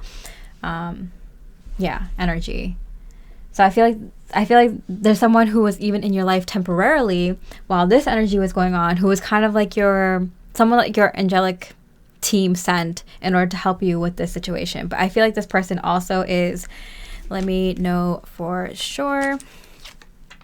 Yeah, they're kind of also someone who's going to be in your life temporarily. They were kind of put in your life. You kind of crossed paths with this person specifically to help you out during this situation with this other person. And they're going to come in, they're going to help you do their thing, you know, maybe give their karma or something. Finish their karma with you in terms of helping you with the situation, or what they were sent here to do by the angelic team. I'm sure there's a reason that helps this person out too, to come back while you kind of deal with this situation one more time. So heads up, pile 6. So this person has been thinking about doing this for a while. If they've been thinking about you a lot this year, this has been a long time coming. They've been thinking about a way to kind of get back into your energies for a while. So be aware, pile 6. Okay, so let's see who else has been thinking about you a lot this year. Ooh, current love interest or current partner, but it is in reverse. And then a fling. Oh, wow. Okay. All right. So there is someone who is been kind of in your life recently. Yeah. So this person isn't someone from your like deep past, and they're not someone who might be in your life for the foreseeable future, but they're kind of been in your energies like recently in a fling. So this was someone that you might have had a crush on, or they might have had a crush on you, or it could have been someone platonic. It's just someone who had really like deep interest in being in your life, and you kind of saw that potential at first too, because we got this man energy and this writer energy that's kind of connected to this energy. So I feel like this is the energy of the other person, possibly. Yeah, it could be male or female. It could be more than one person, but there's this energy of like there's specific person or people that was in your life when this dark night of the soul was going on. With this energy coming back, whether it's through the same person or a different person, this energy is coming back, and I feel like the energy of the person who helped you or someone similar to the energy is coming into your life again, because they're going to be able to give you the clarity, the angelic advice that you need, or the support that you need in order to deal with this one last time. Okay, so let's see. Physical looks and explore, adventure, finding curiosity. Okay, I feel like this person is a little bit more surface level. I mean, at least compared to you. So I feel like this person is a little bit more 3D oriented, physical realm oriented than maybe you are. Maybe they're like more of a baby soul than you are, but because you're a very like deeply connected soul, and because this person is being angelically sent to you, I do feel like they are a very spiritual person. I do feel like that's why you two even connected in the first place, and why you two kind of crossed paths. There might have been like that's why there might have been even interest there, because there was like this energy, like you two were meant to work together. That's why the divine put you together, put that little bit of interest in there. But I do feel like there's an energy of, and both of you might have had similar spiritual energies in terms of your life lessons, experiences in life, that type of thing. Maybe not the same things, but like the same caliber. And so there's a connection there. But I feel like this person was placed on your path to help you. There's a lot of people who are placed on your path to kind of help you during different times in your life, you know? To help you grow, evolve, learn lessons, or even support you during different times. So I feel like this person was like literally in your life to support you. It could be more than one person. It could be, you know, male, female, or anything. But I do feel like this person, they were interested in helping you in the first place, because their human self is different from their higher self, angelic self. And this person may not be as connected as you are to your higher self and your guidance team, your higher guidance team. So this person might still have very 3D attraction to you, you know, maybe a little bit more superficial reasons for coming into your life than what you know is definitely angelic support. Do you know what I'm saying? So they might have a more superficial reason why they want to come into your life. But these two energies are somehow related. So they might be kind of reflecting back to you the same type of lesson or energy about certain people being in your life. Maybe it's a lesson that has been repeated in your life frequently in regards to shadow masculine, shadow feminine. Okay, so yeah, so that's why this person's coming in to your life in a more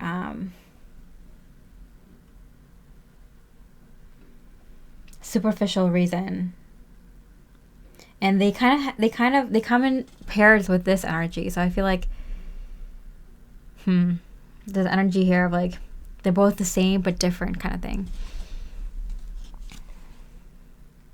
Teddy bear in reverse. Yeah, be aware. Pile 6. Okay, interested in you. Blooming, romance, flirting, want to date, but I don't think you feel the same way about this person, or not anymore. And I do feel like they might be coming back in order. Oh wow, okay, so this person might be coming back because they think there's like potential for you to kind of be with them again, or be with them, have a chance with you. But in reality, they're just coming into your life to help you with saying goodbye to this energy once and for all. I feel like, this is why this energy is coming back too, is in order to see if they can get back into your energy again and to be your friend again. And this person is like trying to come back to see if they can like date you again. It's like the same energy but opposite. So one is like definitely the sex that you're attracted to. The other is the sex that you're this like more platonic energy for you. So they are correlated, and they're both divine help for you. One in more like both in a shadow aspect way, and it's definitely both kind of in reflecting something major cycles in your life that you had to probably deal with in terms of masculine and feminine energies that kind of repeated in probably your parents, family dynamics, your relationships, even really, really good friends. So that type of energy is kind of playing out one last time, but I'm getting like you're saying no one last time. You get tested, and then you get tested a little bit more. You get tested one more time, just a little bit, to make sure you're like, you pass the test once, but we gotta be absolutely sure. So usually when someone has like a really big divine test, I usually know that at this point that there's like a small little tiny version of that test coming back again to make sure that you've actually good with it and that you're willing to kind of fight for what you know is right, you know, even if it's like again, and not just give up and give in kind of thing, you know. So that's the energy I'm getting. You get tested one more time a little bit, and that's what this is. It's going to be very quick and simple. Pull off the band-aid I'm getting. Yeah, but this person might be coming in to see if they can come back into your energies as well. This person is providing you a divine lesson, a divine test, which, you know, and we might want to be grateful for. It might be very ugly, but it's like the test you needed to kind of move forward with your life. And this person is coming back for superficial reasons to see if they can be with you again or have a chance with you. But at the same time, it's like not for the right reason. They don't have good intentions for coming back. They're going to support you, but only because they think that they can get with you or have a chance with you. But all you really needed is that support for a little bit, that the angelic realm sent to you. So like, you know, this is all divinely orchestrated, so you don't have to be afraid or anything, but like now you can see from a higher perspective, right? Lily, yeah, just like spiritual maturity, virtue, wisdom. This is you kind of solidifying that within yourself. All right, pile 6. Sorry that like the people that have been thinking about you the most are people who want, I mean, you have a light, a quality in you that shines so brightly. And I feel like you've been through, I feel like both of these people have been through like a lot of tough stuff in their life, like you have. Because like when you connect to people who you feel like are like, wow, like how am I connected to this person? They are in a very dark place. I feel like it's because you've been in that same dark place, but you've kind of found the light, and you can only shine your light as brightly as deep in dark areas of yourself that you've gone. You know, you can't get more light without exploring that much dark and shadow. So you've explored that much darkness and shadow, and that's why these people can also be attracted to your light, because they see themselves in you, and they're hopeful. But you're definitely, usually when you're wrapping up a huge cycle, you're showing yourself, showing the universe that you have the potential to hold stably this amount of light. And usually you're faced with that same opposite type of dark. Okay, that's the fight between good and evil, right? All right, pile 6, I hope you enjoyed this reading. If you did resonate with it, I really, really appreciate it. Like a comment. It means so much to me and helps me out so much.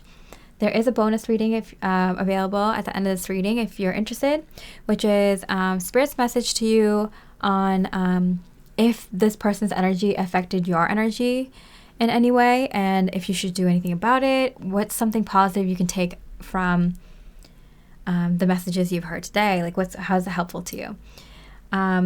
Yeah, so if you want to leave a comment, I'm also interested in enlisting your help to grow my divine work. If you're interested only, no worries if you want to skip this part, but like I would love to know if you like the topics like I've been reading about, like this one, which are not their typical popular topics, you know.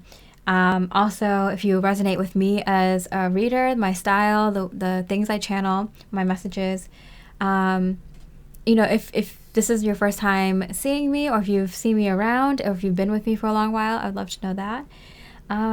When do you watch tarot readings? How often? And what are you doing usually when you watch tarot readings, if you'd like to share only?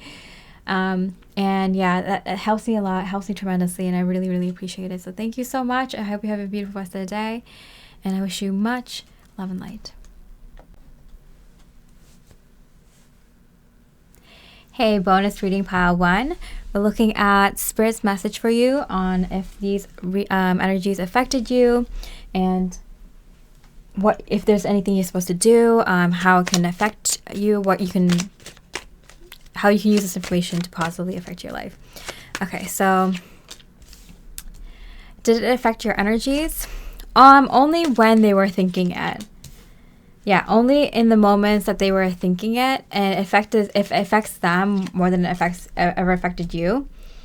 But I do get the kind of energy that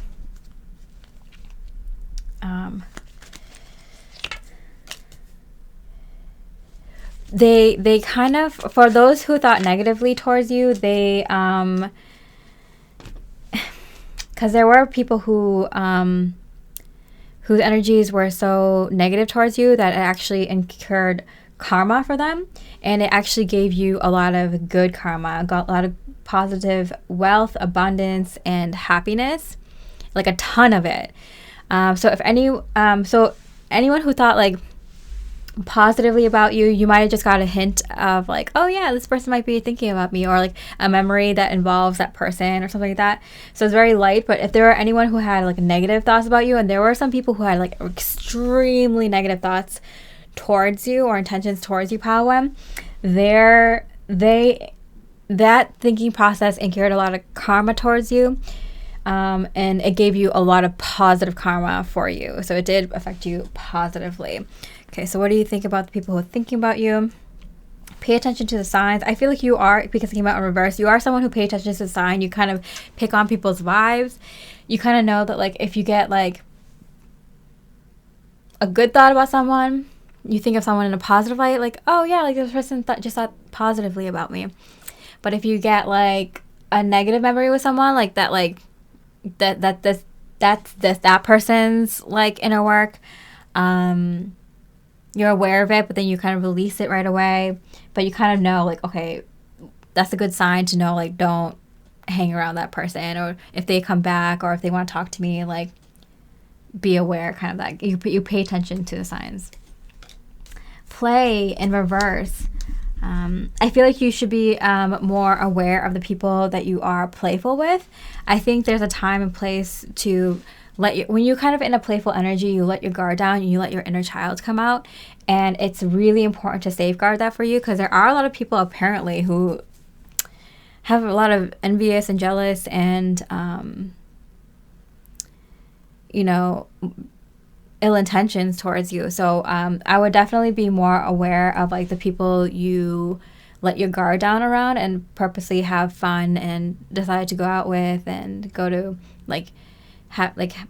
go to entertaining shows or events with. Like, be aware about that more, like, and be more selective about the people you do that with.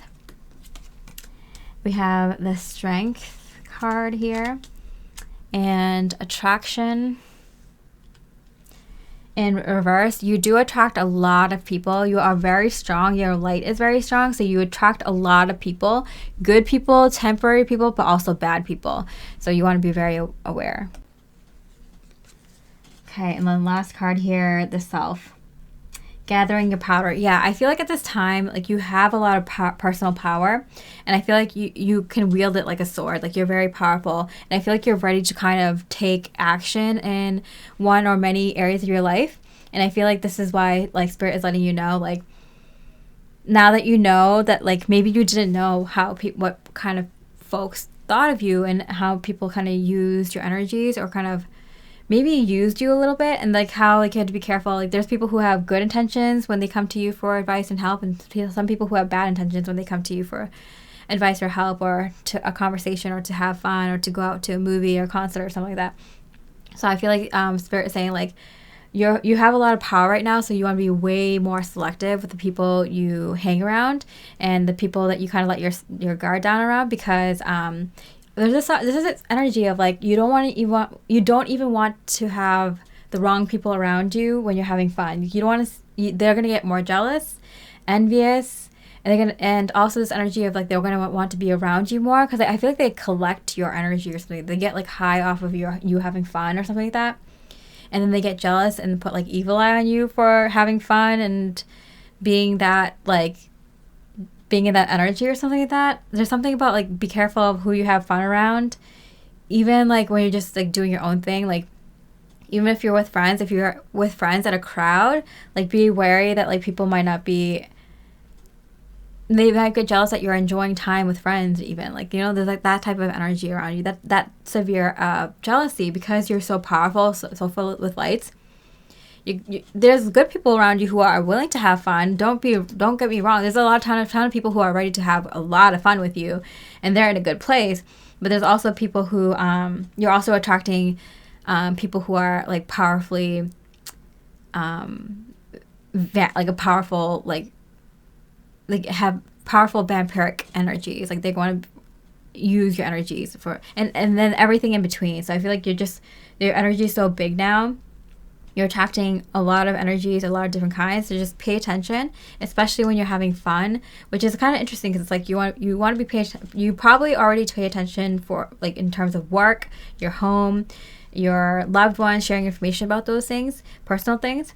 But it feels funny that you had to also pay attention to like where you have fun and who you have fun with. But it's good to know. I feel like I'm getting like, especially at this time when you're still around these energies where you're attracting everything and not, you know, you're attracting everything, the good and the bad, but that's not going to be like all the time, every time. Like there's going to be times where you're just attracting good or like neutral, not powerfully good and powerfully bad and everything in between. So it's just at this time when you're kind of leaping into new things. Pile 1. I hope you enjoyed your read. I love a like and comment if you're interested in more bonus reads, if you like bonus reads. And with that, I hope you have a beautiful rest of the day. Much love and light. Hi, beautiful bonus pile 2. We're looking at Spirit's message for you in regards to the energy of these people thinking about you. Is it good for you, bad for you? What can you do about it? How can you positively use it? Okay, so let's see. Does it affect you? Did it affect you? I do feel like you kind of had to put up some protective energies. I do feel like you had to do a little bit of legwork in terms of making sure you clear your energy fields, making sure you kind of pray for like asking your higher self to protect you, praying for the protection of you, the things that are important to you, your loved ones, stuff like that. Just like in like general protection. Because I do feel like you kind of felt like when people are thinking about you, that you kind of, your antenna kind of already went up and you're like, okay, whether it's good or bad, I don't care. I just want to make sure it doesn't affect anything that I have going on that's important to me right now.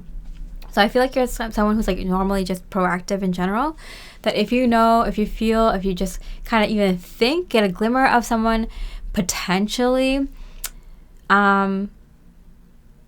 thinking about you and sending their energies towards you in that way, you automatically, you know, put on the protections. Ace of Cups. But I do feel like Spirit is saying you putting on too many protections might be also kind of protecting you against good energies coming in, like potentially like a new love coming in or a new friendship or something, new like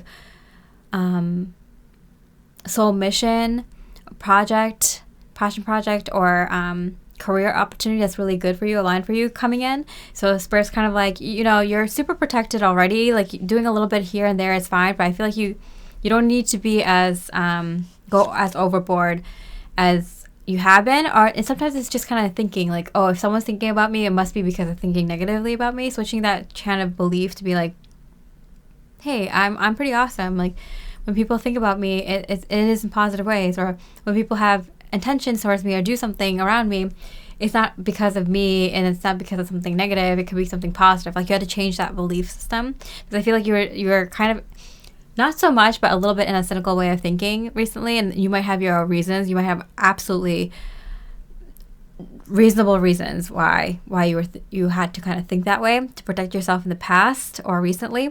But Spirit's like, it'll behoove you, it'll benefit you if you kind of let go of that, because there is something beautiful that's trying to come in. And like I feel like it's more of an energy of like you constantly feeling like you had to. It's like you against the world. Like you constantly have to be fighting everything and everyone around you. But I'm getting from Spirit like that was like your fight or flight energy. That was your broken down nervous system. I'm hearing. It wasn't regulated, and you kind of felt like you were constantly in a battle, probably because you were put in that energy for a reason. So Spirit is saying like you gotta fix that. You got to get out of that. Even if you've worked on that and you know it, there's the energy of like, there's something beautiful coming in, and you got to really settle your soul here. You got to really ease your mind, and by easing your nervous system, I'm hearing specifically. Yeah, there's this energy of like the Seven of Swords. Like, you don't worry. Like, you will be alerted to the truth when needed. Like, if there's someone around you that needs to sets out the that's like really bad, it will set off the alarm system. Okay, but right now, like, because I'm getting like you're just coming out of fight or flight, or you're just coming out of a bad situation where you're kind of like, you know, put up against a wall or really kind of stuck and couldn't leave. That type of energy, whether it's work or family or friends or relationship or whatever kind of situation you're in, Spirit is saying that like doing protective stuff here and there is fine, but you're doing it too much, going overboard too much. And some of it is just like your thinking. You thinking that everyone's out to get you, or everyone's going to be the same way that a previous ex was, or a previous friend, or a previous person at work was like this towards you.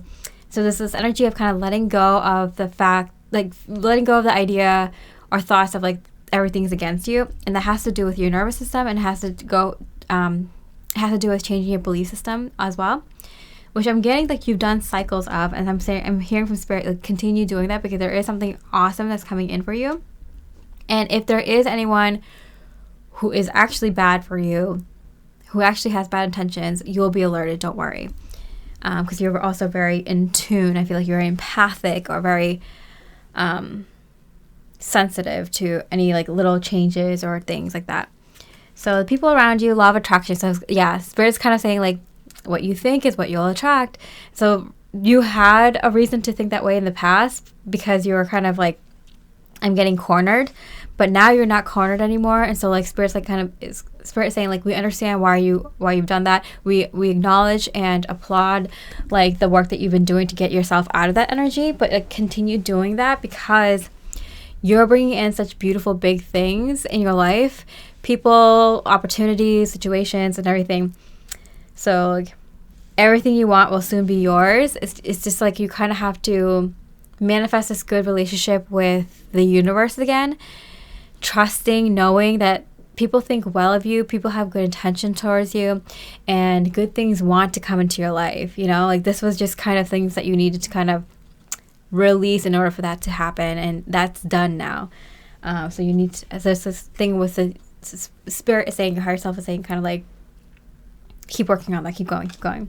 Because you're beginning this new kind of chapter where you don't have this energy. Even like the way I'm speaking, it's like sometimes you don't notice, like you kind of sometimes you like you do things like as if it's like very urgent. Like even if you're like washing the dishes, you might do it as like if you're in trouble, or if you have to like get ready in the morning, it's like you're getting ready like as if like the world depends on whether you get ready on the exact time that you need to leave the house, something like that. Like sometimes you do things with such urgency, like everything is so important. Sometimes like I heard like you don't even sometimes like decorate your home, or put in that much energy and effort into the friendships around you or the event that you're going, because you're like, I might have to leave soon, I might never see these people again, that type of energy. So you kind of have to like kind of regulate your nervous system to be like, yo, I might be staying here for a while, like I want it to be pleasant while I'm here, like I can put down roots, I can decorate, I can put an effort into these relationships, I can like I do believe that people have, like people in my life right now have good intentions, people coming into my life with good intentions, and like, you know, and if there is anyone that I need to be aware of, I trust my higher guidance, I trust my mastery, my wisdom to alert me to that.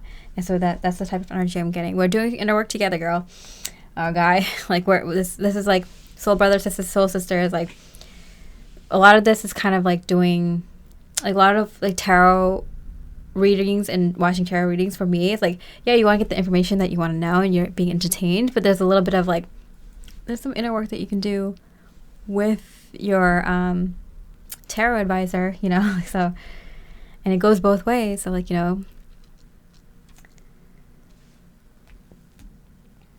grounding in a lesson, being reminded of a lesson, it goes both ways here.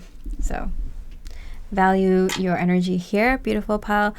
2. Let's see what else. Seek healing. Yeah, there's the energy of like you kind of need to kind of finish this healing cycle, because that brand new cycle wants to come in. This brand new opportunity wants to come in, something that you love.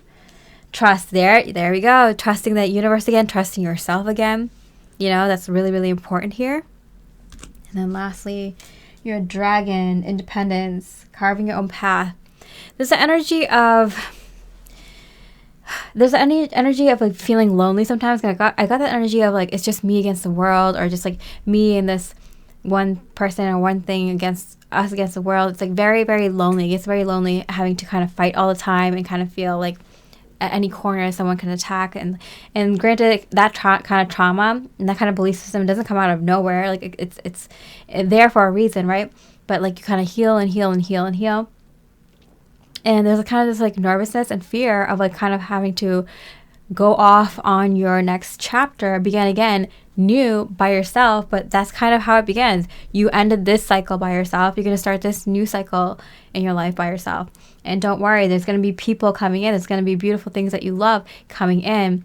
But this is a very personal journey, this inner journey, this of your inner universe. It's like very personal. So like, yeah, you are going to end that cycle by yourself, and you are going to begin this new cycle by yourself. But just because it's just knowing that you can do it by yourself, and then immediately you have a lot of beautiful support come in right away. That's easy to see. Let me see if I can pull extra cards for you. Snake. You got to get rid of the snakes. But also I'm getting the snake is like also intelligence. Like you've gained enough wisdom that you know you can trust yourself to know and discern like when someone's going to pop into your life that's a red flag and again or not, you know, and that might be a danger or something, or not good for you, or not helpful, or not on your level. You get a message here coming in of abundance. Yeah, I do feel like the universe and your spirit team are so proud of you that you're beginning again and on your own, that they are applauding you, and they say they're saying like you have everything you need. You have the wisdom, you have the intelligence, you have the experience to start this new chapter, and know that if anyone like that enters your life, you can put an end to it. Anyone negative and anyone ill intentions. But because you're starting this new life, you just got to take the first few steps, and then you have this beautiful love opportunity coming in, and a lot of abundance, a lot of joy, a lot of happiness. So it's worth doing this healing, and you know, even if it's tough at times, you got to push through, because this is what's happening. You're attracting a lot of abundance, and you know it. I think you've been doing the work, and you're like okay with it, but I think you're just surprised how often that cycle comes up for you to heal. You're like, really, this again? So it's just to let you know it's worth it. And it feels like the beginning, this new beginning, is like you're attracting in a whole new energy where I do feel like you're not going to be tested anymore, or anymore at all, or rarely. All right, pile 2, I hope you enjoyed your bonus read. If you did, I really appreciate like a comment, and I wish you much love and light. Hi, beautiful bonus pile 3. We're looking at Spirit's message for you on if these people thinking about you has affected your energies, and if you should do anything about that. What's something positive you can take out from knowing this information now? Okay, so it doesn't affect your energies. In the way that it kind of clears it. So for you, pile 3, like knowing that these people are thinking about you, what you learned today, it really just kind of cleared the energy, kind of wiped the slate clean, so you can start fresh in this new era of your life, I'm hearing. But I'm getting like, it's not starting from square one. It's like starting from, I'm getting this kind of energy, like, you know how they say sometimes like, oh, what if you can go back to being a kid, like being like 6 years old or 10 years old again, but knowing all the things that you know now? I'm getting that type of energy. It's like kind of like getting a fresh start in life with all the wisdom, experiences, knowledge, and skills that you've kind of gained, but in like a brand new like life, or a brand new cycle or chapter. So that's very exciting. Yeah, because I feel like now it's kind of become a burden where you are, and I feel like the people who think of you often, like, I feel like they were helpful to you at one point, but they're not so helpful to you in this next act of your life, this next part of your life, right? You've grown to be a very, very strong individual in your energetic power, but also in your personal power, your physical power. I feel like you're just so strong, and people can sense that when they talk to you, and then when they're just in your presence, or even when they hear your ideas. You're a very strong person. You have a lot of personal power. People can sense that in your voice, in your appearance, and in your successes. The Chariot in reverse, yeah, it's kind of like you're gonna go places, and you know that, and you probably have been knowing that, like, this is kind of like wrapping things up. This might have been even like a review or wrap up type of inner work for you, this specific tarot reading. I do feel like there is a bit of like a bittersweet feeling, because there are some good times and there are some good people that you enjoyed being in the energies of, but it's time to kind of move forward. I think it's more energies of people being sad that you're leaving, because I feel a sense of excitement, and I feel like you have so much power and strength. It's kind of like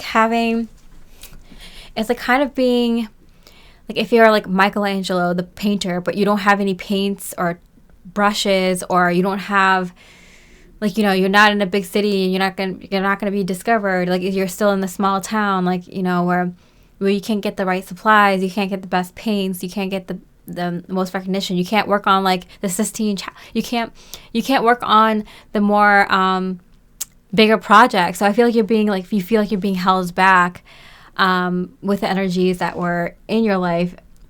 And so you're excited to move forward. There's a little bit of a bittersweet feeling for you, but I feel like for most people that you're leaving, they're feeling sad. And that's what Spirit is saying you got to be aware of.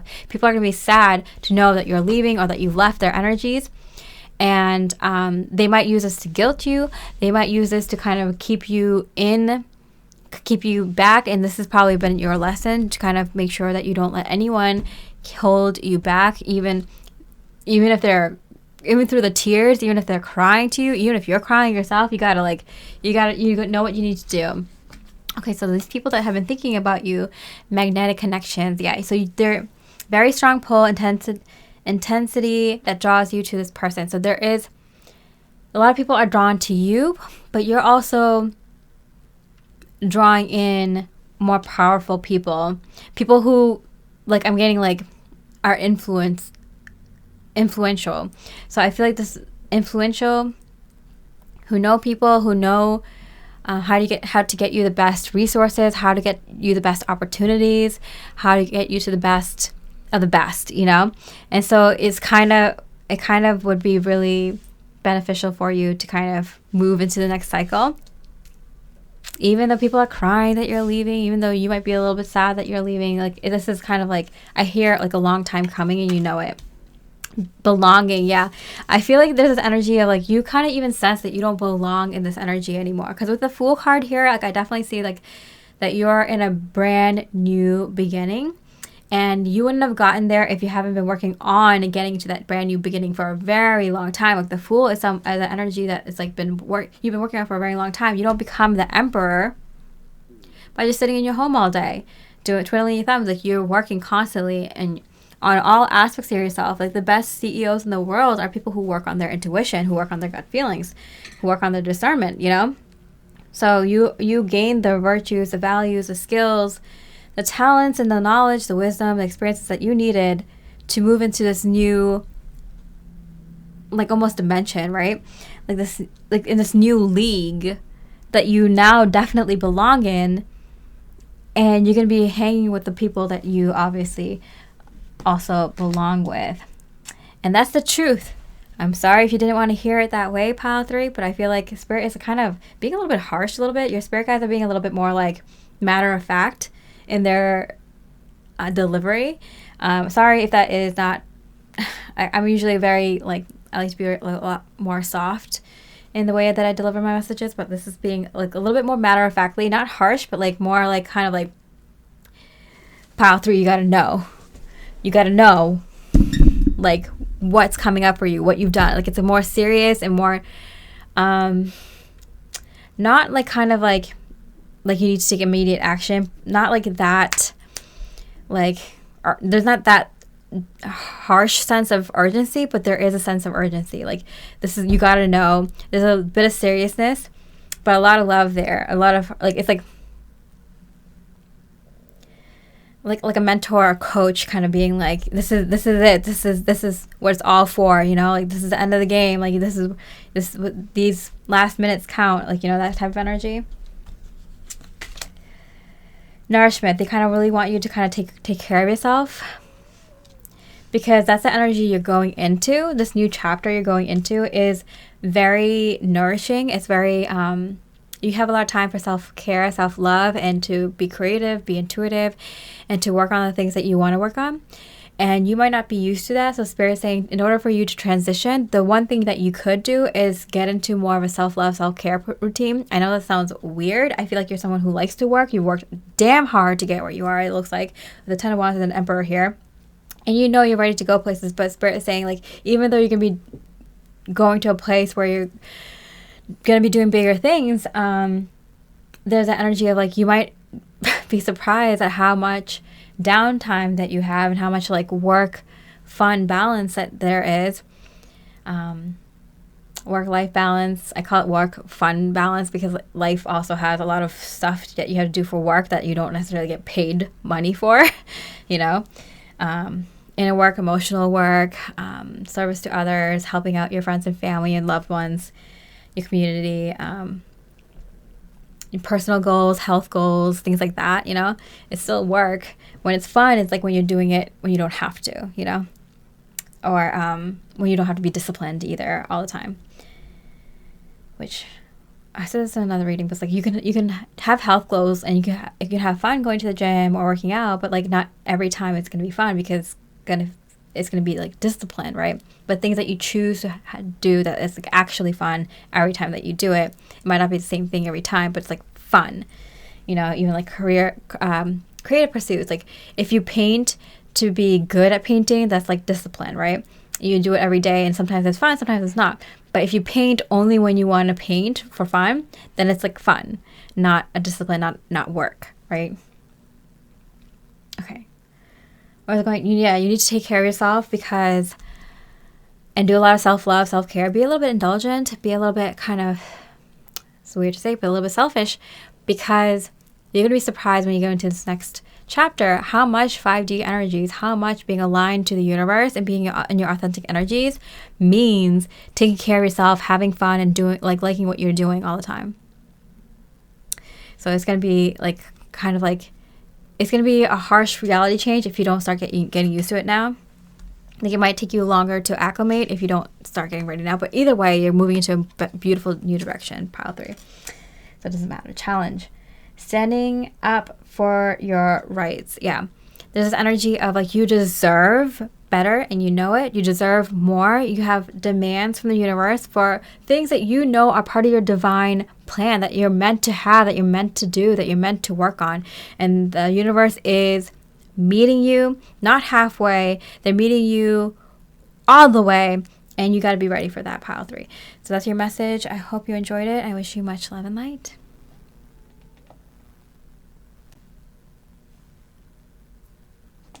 Hi, beautiful pile 4. We're looking at Spirit's message for you in regards to, are these people thinking about you affecting your energies? Is it affecting your energies, and what you can do about it if it is? And what's something positive you can do, actions, or take away from knowing who's been thinking about you so much? Okay, so let's get started. Is it affecting your energies? No, only that like you're processing it. Like I feel like your higher mind and your energies are processing it when someone is thinking about you. Maybe sometimes even behind the scenes, like sometimes if you have dreams and you're like, oh, that's so weird. I don't even know where that came from. It doesn't relate to anything in my life or whatever. It might be kind of playing out someone else's karma or someone else's desire or life path that was kind of disconnected that is related to you somehow. So I'm getting sometimes you do the favor, sometimes you help other people do their inner work and work out their karma that you have with them, that they have with you, intentionally. You allow that because I feel like you have like kind of like you're derived from like a higher energy source, like whether you're a star seed or your overall soul is as an archangel or like a really, really divine being or something like that, or ascended master. Like your soul naturally wants to like help people complete their inner work and their karma and any type of energy work, you know? Healing, yeah, you're like a healer. And you actually genuinely care about people, even people that you don't agree with, or, you know, maybe you haven't seen them for a long time. You just genuinely care about people overall. Maybe not like specifically, but overall, you generally care about people and want people to do well and get to a place that's better for them, and so they can evolve and grow. And you find that it helps you grow and evolve as well. You enjoy it. You like seeing people smile. You like seeing people make it and things like that, you know? But I am getting from spirit that like you're going to have to leave that role, because I feel like you have this intention of helping everyone around you, and you have to like kind of stop that, because you probably didn't even notice this, but your energy is being used literally to help people around you, and some people that you don't even like think of when you're unconscious or when you're meditating, or just like they're just slowly drawing on your energy, because you put it out there that you're open and willing to help everyone that you come across. So you kind of have to pull back on that energy, kind of, because you have like big things coming up that you need that energy for, I'm hearing. Yeah, see, it's destined. It's time. You are meant to kind of be someone who like transmutes energy. Like you are kind of working on behalf of source energy and with like other higher divine beings to be kind of like this earth angel, this like angelic being who kind of helps the energy of anyone who comes across you. You're definitely an empath. That's like for sure with this pile. If that's not you, then you pick a different pile.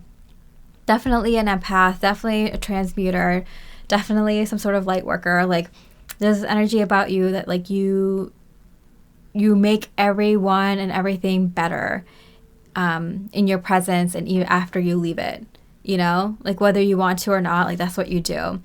And sometimes you do it intentionally, sometimes you just do it because that's just who you are and it just happens. Like that's just what you do. It's just natural. It's like second nature.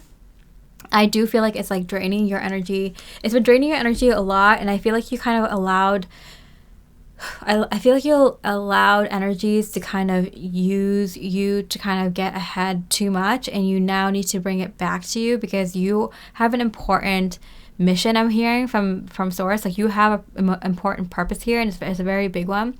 And so it's now time to kind of recall your energies. It's fine that you did it before. Spirit wanted you to be of service. It's kind of how you learned the skills and got the knowledge that you needed in this lifetime to pursue this really high purpose. But at the same time, like you might have done it too much, maybe even unknowingly, and you need to kind of call it back anyway now. Like you're meant to kind of call it back at some point, and now is the time because you're going to pursue this higher mission, if that makes sense. Okay, so these people thinking about you, how did it like kind of affect you? Unbreakable love. This person has genuine love for you. You can overcome any issues that may arise. So whether these people were positive or negative, people freaking love you, Pile 4. And it's because you actually genuinely help people. Even people that you hate, don't like, don't trust, benefit from you. Everyone that leaves your energy leaves in a better place and leaves in a more successful life path because of you. So like just know that like even the people that like don't like you, that hate you, that you don't like, that you hate, all leave in a better place. But you also get a lot of people who love you, who want to be your friend, who are your friends, some family members, family members you like, family members you don't like, people around you, people you bump into at the store, who live near you, who work near you. There's just like a bunch of people. They always leave like knowing something like that they didn't know, something about themselves or something about the world or something that would benefit them. You that's like kind of like who you are. It's your nature. You're a living embodiment of divine energy, I'm hearing. And everyone is, but like I feel like you have a stronger connection, or you worked on strengthening that energy within yourself. Okay, allow and reverse. Yeah, You have to stop allowing people to use your energies to benefit their life, which isn't a bad thing to do. I feel like you might even be in a career or field where you help a lot of people, and that's like, you probably don't know, like, people kind of unintentionally drawing from your energies all the time. So I'm getting like, you're getting like you got it might have burnt you out a lot in the beginning, when you kind of I'm hearing when your abilities fully came online, or when you fully accepted this role and kind of implemented it in your life and took it on. But I'm getting that, like, it's time to make sure you cut it off, not allow it. Because that's like 8 of Cups. I kind of seeing this like waterfall, and I see this waterfall now. It's like, you got to cut off the waterfall. It came out in reverse, right? This waterfall. You got to cut it off now. You had this like, and it's because you're so connected to the divine energies and source energies that you channel endlessly to the point of your exhaustion. You might help people all the time to the point where your cup is left empty and no one around you to fill up your own cup. But you probably got to a point right now, especially if you're moving on, especially if Spirit's like, kind of stop this because you have other things to do now, is to kind of turn down that volume, turn down that faucet. But I'm getting like a complete stop in order to kind of control how much you turn it on again. Because I feel like that's the thing. Like, you kind of need to channel. You kind of need to let the water flow. You kind of need to have the divine channelings come through for your specific projects, and not just like everyone who comes into your energy field anymore. Does that make sense? Wow. You and me both, sister or brother. Okay, new moon beginnings. Yeah, there's this new beginning that's trying to like manifest and begin for you, and you've already kind of started this, but like Spirit's like, you can only let it fully manifest if you kind of let go. Like, there's only room for like this or that, and now you kind of have to bring all your energies into this new beginning, into your new projects, and you're gonna have to cut off everything else, if that makes sense.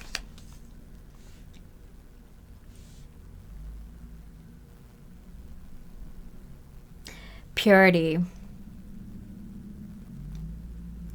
Yeah, I feel like you have such a pure soul, and you might not think that. You might have been like, oh, I had a, I definitely had a life.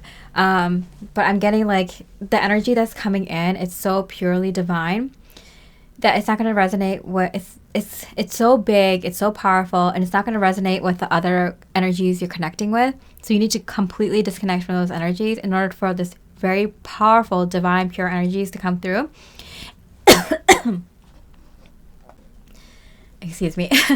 And like the energies you've been helping, they don't resonate with this pure energies, and it's so powerful that it kind of needs all your energies. But like, you're gonna eventually learn how to like regulate and turn on and off, and a trickle or a waterfall with these new like gifts coming online. This new ability to channel is much more powerful. I feel like it's a current gift turned on to like maximum power, which I feel like you're going to realize that you've been working at like 1 or 10%, and now it's going to be like 100%. You're going to like, it's going to be mind blown. And that energy is going to be so great because you're going to have energy to take on this energy, to work on a lot of projects. You're going to have energy for the day. If you've been feeling recently a lot of energy, like feeling like you don't have enough energy to do the things that you want to get done in a day, or you don't have as much energy as you used to, or maybe not without like aids like caffeine or this or that, I do feel like you're gonna have so much energy that you're gonna be able to take on this beautiful, powerful, very big, grand divine passion project or a soul mission project. And so it's kind of like really, really important for you to kind of draw your energies back. I'm hearing like seclusion. I mean, use your intuition. What's like kind of right for you? Maybe you want to stay in the city, but maybe you want to kind of cut down on the people that you connect with. Only connect with people who are on your energy level, who might be in the, like, going through the same things, and until you can kind of open your energies back up again, because I feel like this is going to be such a powerful, I'm hearing reinstating your divine gift. So I'm like, this is a gift that you were meant to be born with, but not everyone, kind of like humanity as a whole, you know, has gone through this really forgetting spell. So you're coming back as like how powerful a human being can be, and with your powers and gifts fully online, like almost 100%. And then you're going to be able to have like learn how to regulate that. So it's really important to be only around people who can understand that and can help you and support you, which isn't going to be many people. But it's not like you're cutting out people for good. It's just like while you're doing this. Okay, and then lastly, your dragon legacy in reverse. What you're calling in right now, what's coming into your energies, is what you're going to be leaving here for all of mankind for all of time. So like this is a very, very powerful time for you, Pal 4, and like Spirit's just giving you a heads up, letting you know, and now you know what to do, and your own intuition and higher guides are going to be able to kind of walk you through this for your specific needs and situation. All right, Pal 4, I hope you enjoyed this bonus read. If you did, I really appreciate like comment, let me know if this resonates. I wish you much love and light. Hi, beautiful Pile 5. For this bonus read, we're looking at Spirit's message for you in regards to these people thinking about you. Like, did them thinking about you affect your energies in any ways, negative, positive? Is there anything you're supposed to do or can do about that? What was something like beneficial you can pull out from knowing this type of information? What's helpful for you to know? Okay, so what does Spirit want you to know about these people thinking about you? Did it affect you? No, it really just kind of integrated some energies that were already something that you needed to integrate. So really it was kind of like you doing your half of the inner work and then them doing their half. So I feel like a lot of karma was cleared, good or bad, neutral, whatever. Like you owed them, they owed you. Everything was kind of cleared pretty quickly. I'm hearing 0 point. So that's really good. I feel like these folks thinking about you, it was really, really helpful for both people. Just kind of clearing energies, getting things done. It was really good on the energetic front. Yeah, it cleared the way for a lot of positive things to come into your life and in their life. So it's a really divine meeting of energies, because sometimes when you meet someone's energies, it's not good, right? Most of the time it's aligned with destiny and fate, because source energy controls all. But with our free will here, like not always, right? But I feel like most of the people that you met here, they had good intentions, if not good, like just neutral. So it was kind of like really positive for the two of you to kind of, like, the way that you thought about each other. It was helpful for their journey. It was helpful for your journey, and clearing whatever energy and karma and things to allow in more wishes, dreams, and manifestations to come through for both of you. I do feel like I think you might feel like, is there more for me to do? And Spirit is saying no. Because I feel like you're the kind of person who feels like, oh, like when is this going to end? Like, is this person going to stop thinking about me? Or when am I going to get the right people to think about me? Or when am I going to stop thinking about this person? Like, I feel like you're kind of like, oh, it's like never ending. Like, when will it end? Like, it's constant inner work or something like that, right? Or it's constant like cycle, or the same type of energy coming into my life over and over again. And I'm getting ready from Spirit, like, don't think that way, because it's done. It's done. You've done it. There's no more. There's no more. Yeah, you're ready for something new. If anything, the only reason you've been if you've been in a cycle or loop, is because you've been purposely keeping yourself, not because you needed to learn that lesson or like, dig into that lesson deeper and fully get it. Because some people repeat cycles because they want to make sure that they fully get it sometimes. Or they want to show that they can handle it better the next time around. Like let me show myself. Let me show the universe like how much I've really actually got it, right? And just feeling confident, knowing that they can handle that type of situation might be a reason that they bring it back around. So there's a lot of reasons that people kind of stay in the same cycle. And for some people, it's like because they don't know that they can move on. That's like a very few percentage. But some people, without sometimes consciously acknowledging it, it's because you're afraid to start something new, or you're afraid of the work that it requires to start something new, or it's like, sometimes people repeat a cycle just because they want to rest. They just want to take it easy for a little bit. Maybe it's been too much, one lesson after another, and you're just like, you know what, I'd rather stick to the devil I know, or stick to the life that I know for a little bit before moving forward. So, and for any of these reasons, like, might be a reason that you kind of repeat a cycle. For you, I think it's just because, like, maybe you were ready for a new cycle, but, like, it was just kind of like, just start something new again. Like, man. But you know what's coming up for you is very abundant, very aligned to who you are, and it's going to be really successful. And I feel like it's just kind of like, you know how, like, I'm getting this energy of, like, you know how if you moved recently, but then, like, that area, that place didn't work out, and you're like, oh, dang it, like, I have to move again, like, I have to pack everything up, and I have to, you know, load the truck up again, and move and unpack everything, and clean everything, and this and that. It's like, I'm getting that type of energy. You're just like, I don't want to have to pack and unpack again. You know, like, it's that type of energy for whatever it is. Like, maybe it's like starting a new relationship. Like, like, I don't want to, it's kind of annoying that I have to, like, take the time to get to know this person again and share my whole life experience with this person again. It's like that kind of energy is like, I'm exhausted. Like, do I have to do this again? But it's like, you know, at the end of this new adventure, like, there is success and very more immediately too.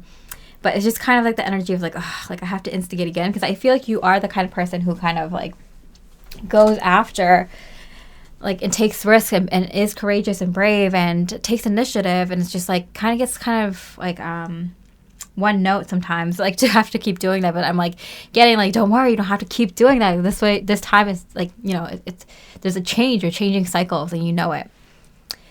Okay, so the people that have been thinking about you a lot, what's their energy? Express your love.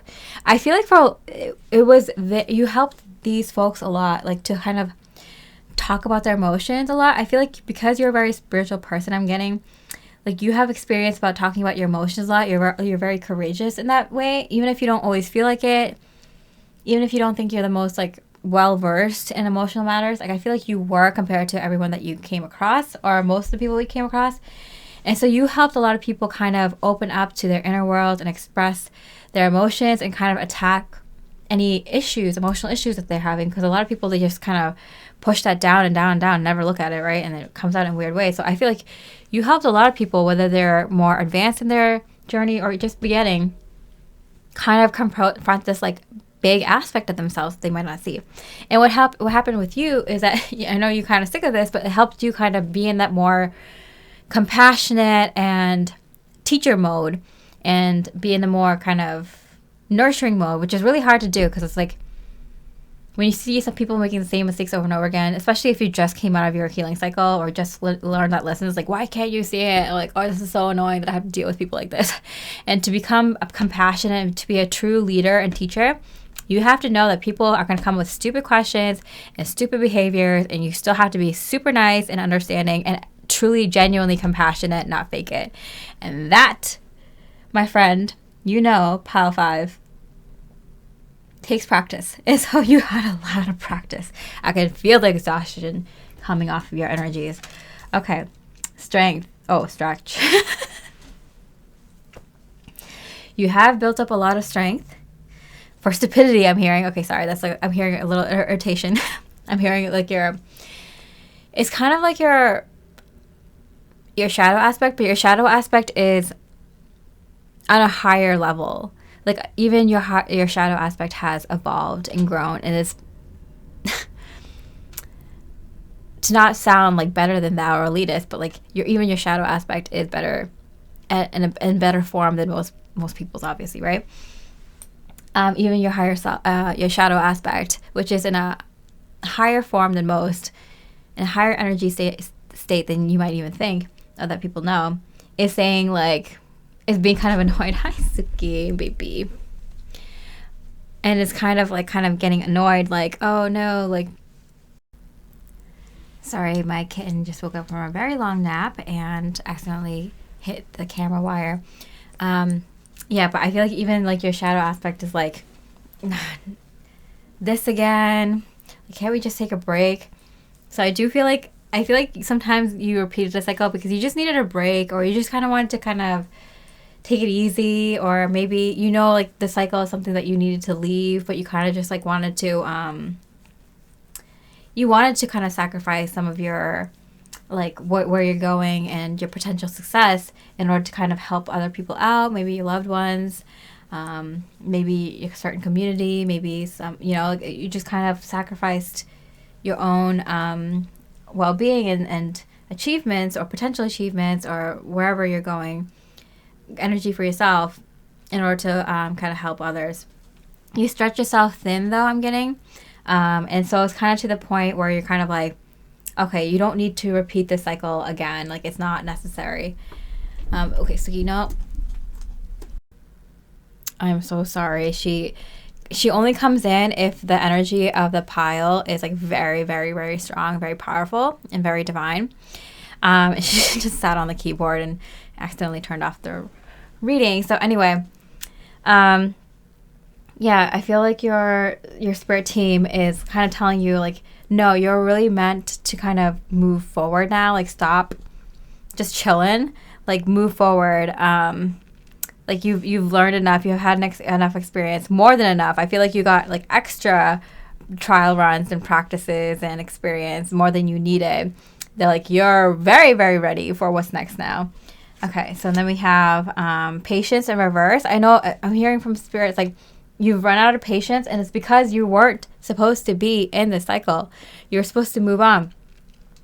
And so, like, even though you had a lot of helpful people kind of clear things for you, I feel like you kind of did everything like I feel like Spirit was saying, like, you were doing an energy work in real time. So a lot of people who came into your life recently, they were maybe energies that you were going to bump into later on in life and help clear in lessons that you're supposed to learn later in life. And because you decided to stick around this old cycle for a little while, Spirit's like, why don't we just keep giving Pile 5, like, things that they can clear for their future life, for their future, like, bring in energies that they can clear now. So now you're like super, super ready. And not only have you cleared the things you needed to, you cleared the things that were supposed to come up later in your life, just because you wanted to chill out and hang around in this old cycle for a while, for different reasons, for different people, I'm hearing. Okay, resilience, I'm getting. Yeah, I feel like you built your resilience pretty well when you finished the work that you needed to do. But now that you had, like, I feel like you came across people who are on your caliber, and like very, very, like, people that are gonna, like, it reflected the future version of yourself. So really, really successful, really, really authentic in their energies. Because you both did inner work together, you did inner work with these kinds of folks, energetically through dream states and stuff like that. Your resilience went up like tenfold. Like, I'm getting it's like 1,000 plus energy. So like you're kind of more powerful than you needed to be to take on this new life, this new project, this new path. So like you're extra prepared. So Spirit's like, okay, now you got to get going because we need you. Like, let's go. Okay, what does your inner dragon have to say? It says transformation, and it's in reverse. Defending yourself. It's like, stop. You have nothing left to do. Pile 5. Just keep going forward. Like, it's kind of like, okay, what I'm getting is like, the game Sims? You know how like you're supposed to build up your skills, like working out, reading books and stuff like that, so you can level up in your job, so you can get a promotion and level yourself up that way. I don't know if anyone else used to do this, but I used to do this, and I like try to level up as much as I can. So like my sim wouldn't have as much fun or have like a social life as much, like only the important things, but I would work them so hard, work them to the bone to make sure that they up their skill and everything, so they would get promotions like crazy. I'm getting like that's what's going to happen to you. That's why there's more immediate success, because you worked on all these things already without knowing it, that your skills are so high that you're going to go through whatever this new adventure is, whether there's new work, whether it's new work. Sorry, I said that twice. That's so weird. For you, so most of you, it's like 100% work, because I do think finances are involved, but I feel like it's like it involves all areas of your life. So if this is your work, it's also your lifestyle. and the way that you kind of live. Like, I feel like your career is very related to like your social circles and your environment, the location, and like the way you make money is really related to your lifestyle as well.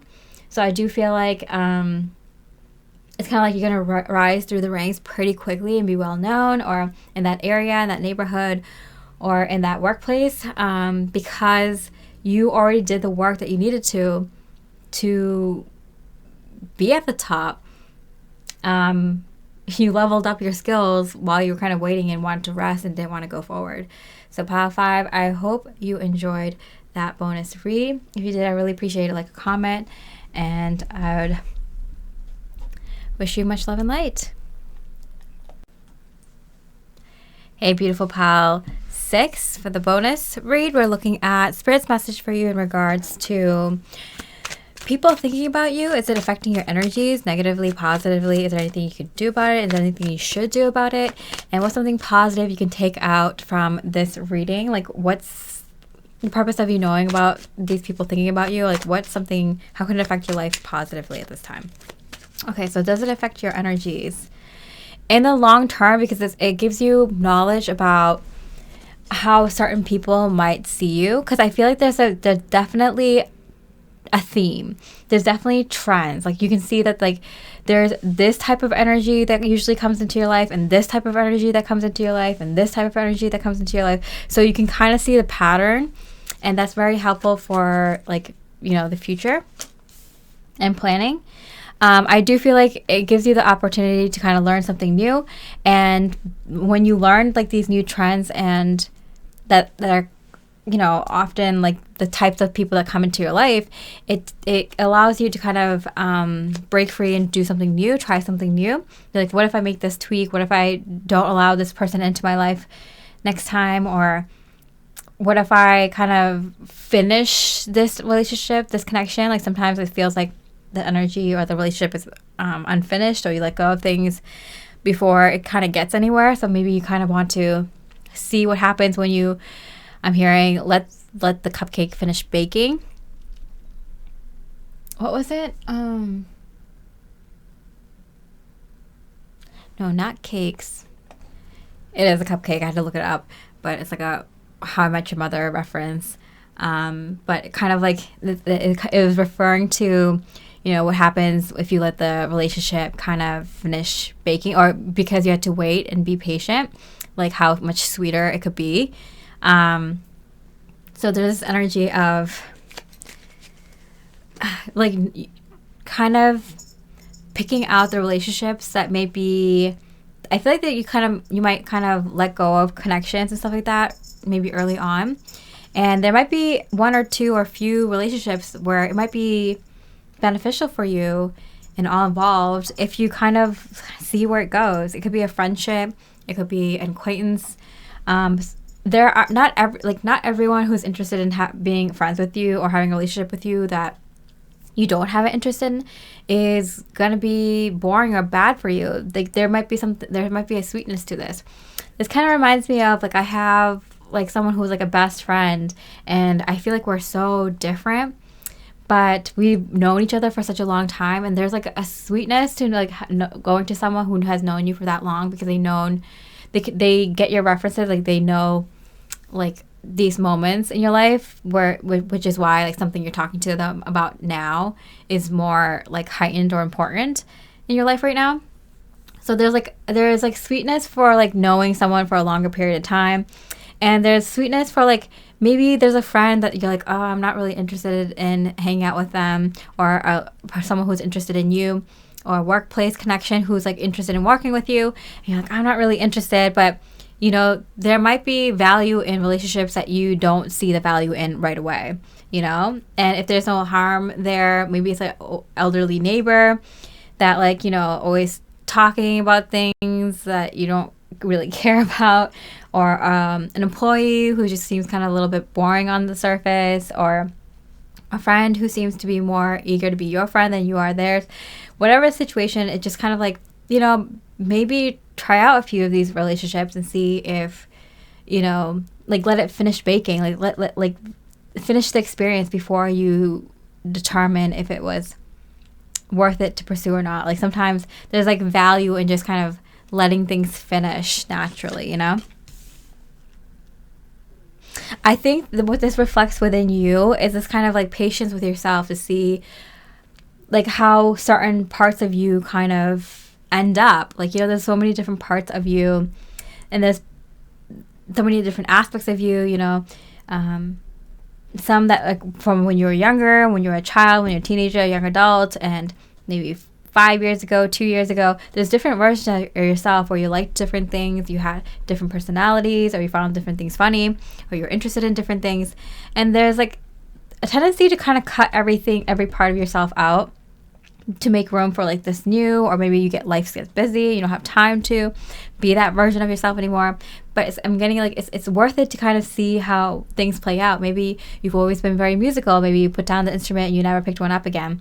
Maybe it's calling to you. Maybe there's a reason that it might be important for you to continue that musical journey and not cut it out completely. Like maybe it doesn't go anywhere, but maybe it like teaches you something that you wouldn't have learned otherwise. Maybe it gives you kind of this relationship with something. For like any relationship that you have for a while, it'll be worth it because there'll be something there that you learn from it, right?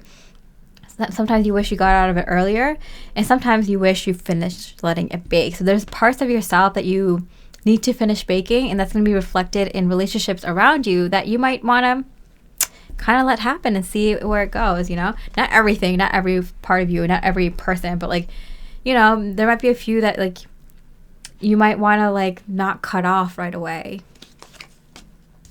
Queen of Wands, yeah, it might kind of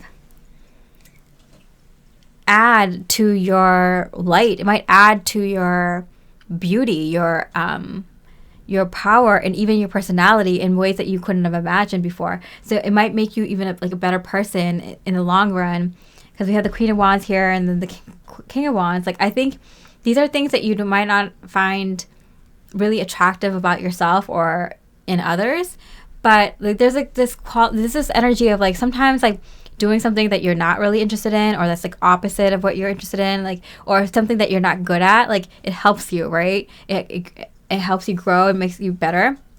Like for example, if you hate running but you kind of force yourself to run every day or run every single day in the morning, it makes the rest of the day better. It makes you feel better about yourself that like you did the thing that even if you didn't like it, you know, you're good at it, now you're better at it, and now you feel a different way about it. So there's that type of energy of like sometimes it's good to do things that like you don't really like or not your favorite thing or that you're not good at, and that's kind of thing. And same with relationships and same with parts of yourself, I'm getting. Okay, and then we have the Moon card here, which kind of like flipped out on its face when I was putting it on the table. So there's like, I'm getting like it's a way to kind of explore parts of yourself that you may have not thought about exploring before. So there might be someone who like isn't really your taste, and you know, like, but it's like it's gonna help you kind of explore that aspect of humanity or that version of life that you might not ever live or get to see. You know, as long as if you feel safe and comfortable, and you're, you know, somewhat, your curiosity is somewhat piqued and it helps you in some way, like why not explore someone walking in someone else's shoes, or a different lifestyle, or a different quality or personality or skill or whatever interest. Yeah, it's kind of like it's going to add value. Maybe you'll discover something that you really like or that you're really good at, that you never really would have thought of before by pursuing a different type of relationship, or, you know, something like that. It opens up a different aspect of yourself. Okay. So these folks in your life, what kind of connections were they for you mostly? Put yourself first. Yeah. There's this energy of, yeah, loving yourself makes you more romantically attractive.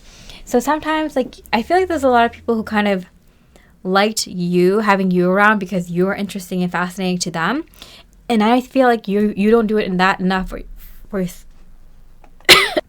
you don't do that enough for yourself. There's a lot of people who are like somewhat, you know, even if they're not completely selfish or self-involved, there's people who kind of, you may be a very interesting, fascinating person, you know, but it's like important for you to seek that outside out for yourself too. Even if you see the value in yourself and you think, and if you're probably one of those people who are very like confident in themselves, and you're not ever bored because you always find things that you can that are interesting, new things to do, and you can pretty much entertain yourself all the time, right? Which is a really, really like a sign of a really powerful soul, right? That you can hang out with yourself. You like yourself enough to hang out with yourself more often than not, right? And look forward to spending time by yourself and on your personal projects. But I'm getting that like there's a feeling of like that you can be a little bit selfish. You probably allow people to be in your energies because you help them, or you kind of spark their inspiration and motivation. But you need people in your life that inspire you and motivate you, and it's okay. Like there's people out there who make it their life, their jobs. The influencers on YouTube, TV personalities, like famous people, authors, and whatever, gamers, whatever. Like there's like a ton of people who put themselves out there because they want to be inspiration for others. You can draw on other people for this reason. You don't have to have people just draw on you for inspiration and creativity. You can draw on other people, and it's not selfish. It's just, it's what it is. It's like, I feel like you don't even understand that type of connection because you don't do it often. You're the inspirational person to other people. But you definitely have probably found other people who are inspirational to you. And I'm getting really highly nudged by your spirit team to be like, no, they need to be a little bit more selfish. Not use other people like in a negative way, but use other people in a positive way. Like using other people's knowledge and experiences and even connections. It's not using that person. It's like using like benefiting from that experience in more ways than one, right? Like I don't like to like the idea of like saying like, oh, use that person, because like usually it's people using other people for negative reasons. But these people who use, I don't like the word use. I don't know what else to use for that. Maybe kind of like collaborating with other people's energies, or drawing on someone's energies, or drawing on someone's like divine spark to be like a spark for you too. Or kind of like, it's kind of like, you know how like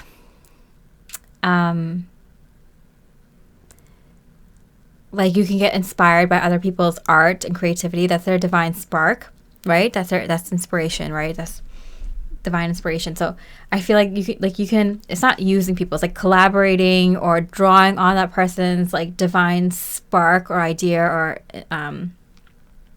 inspiration, using them as a source of inspiration, as a muse, or not leveraging the energy, but like drawing on their energy to kind of help you or to inspire you or to motivate you. Which there's a lot of inspirational speakers out there who that's their intention. There's a lot of people who are artists and writers and musicians and whatever, people who are just like in leadership roles, or who are like spiritual leaders, or even in anything, in any type of work. I'm getting like construction or in the office, like it's whatever. It's like the people need to be inspirational. Like leaders need to be inspirational, right? And that can come in any kind of form. There's a lot of people who are willing to be that way. There's people who are kind of understated in the way that they show their inspirational energies, their divine spark energies, their creative, unique spin on things, their creative ways to interpret things, unique ways to interpret things.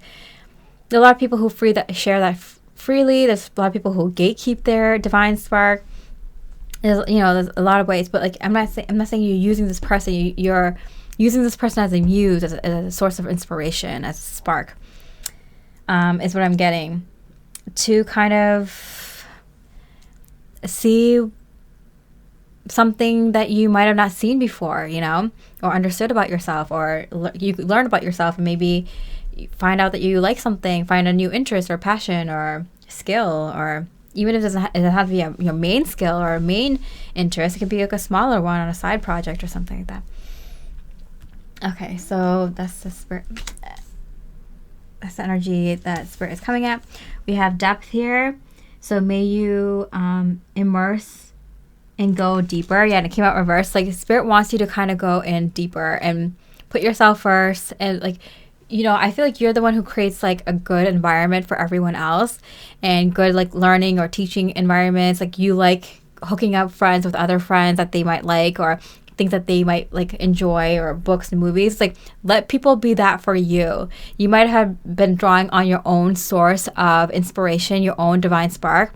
Let yourself feed off the divine spark of others, and not in like a dark vampire energy entity way.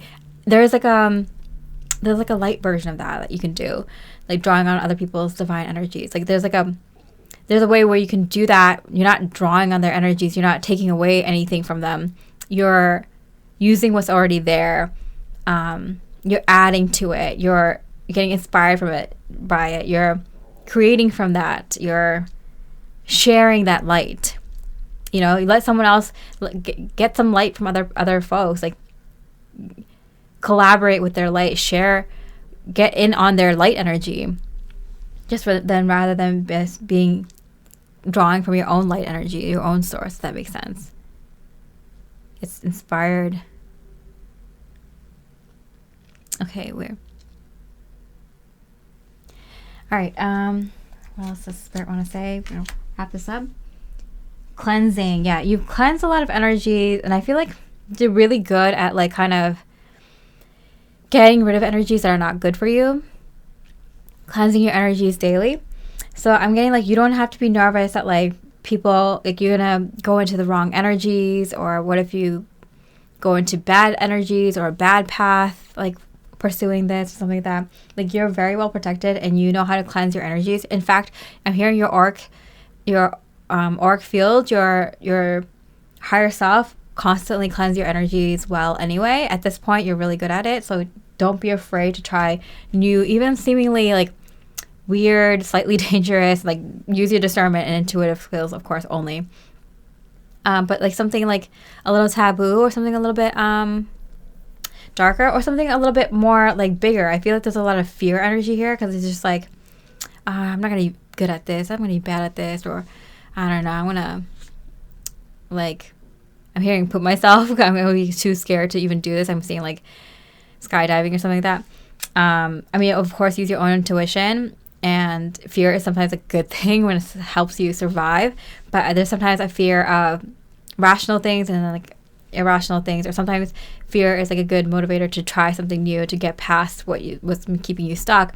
Or in this case, like you've been kind of just using your own light for motivation, and that's done you well. It still does you well, but there's benefits in using other people's light, and one of them is going to be collaborating with others and getting familiar with people who give as much as they get on your level. There's going to be benefit to meeting people on your level, and once you meet more people on your level that create and draw from the divine spark and intuition as strongly as you do, you're going to have to get comfortable like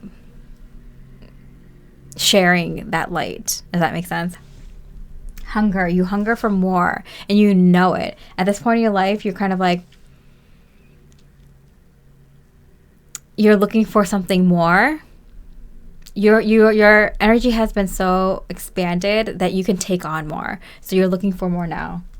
And then lastly, a message from your dragon. Sorry, I was trying to get in the last bit of daylight before, after the sun set. The sun already set. Okay. Is enlightenment. Oh, funny.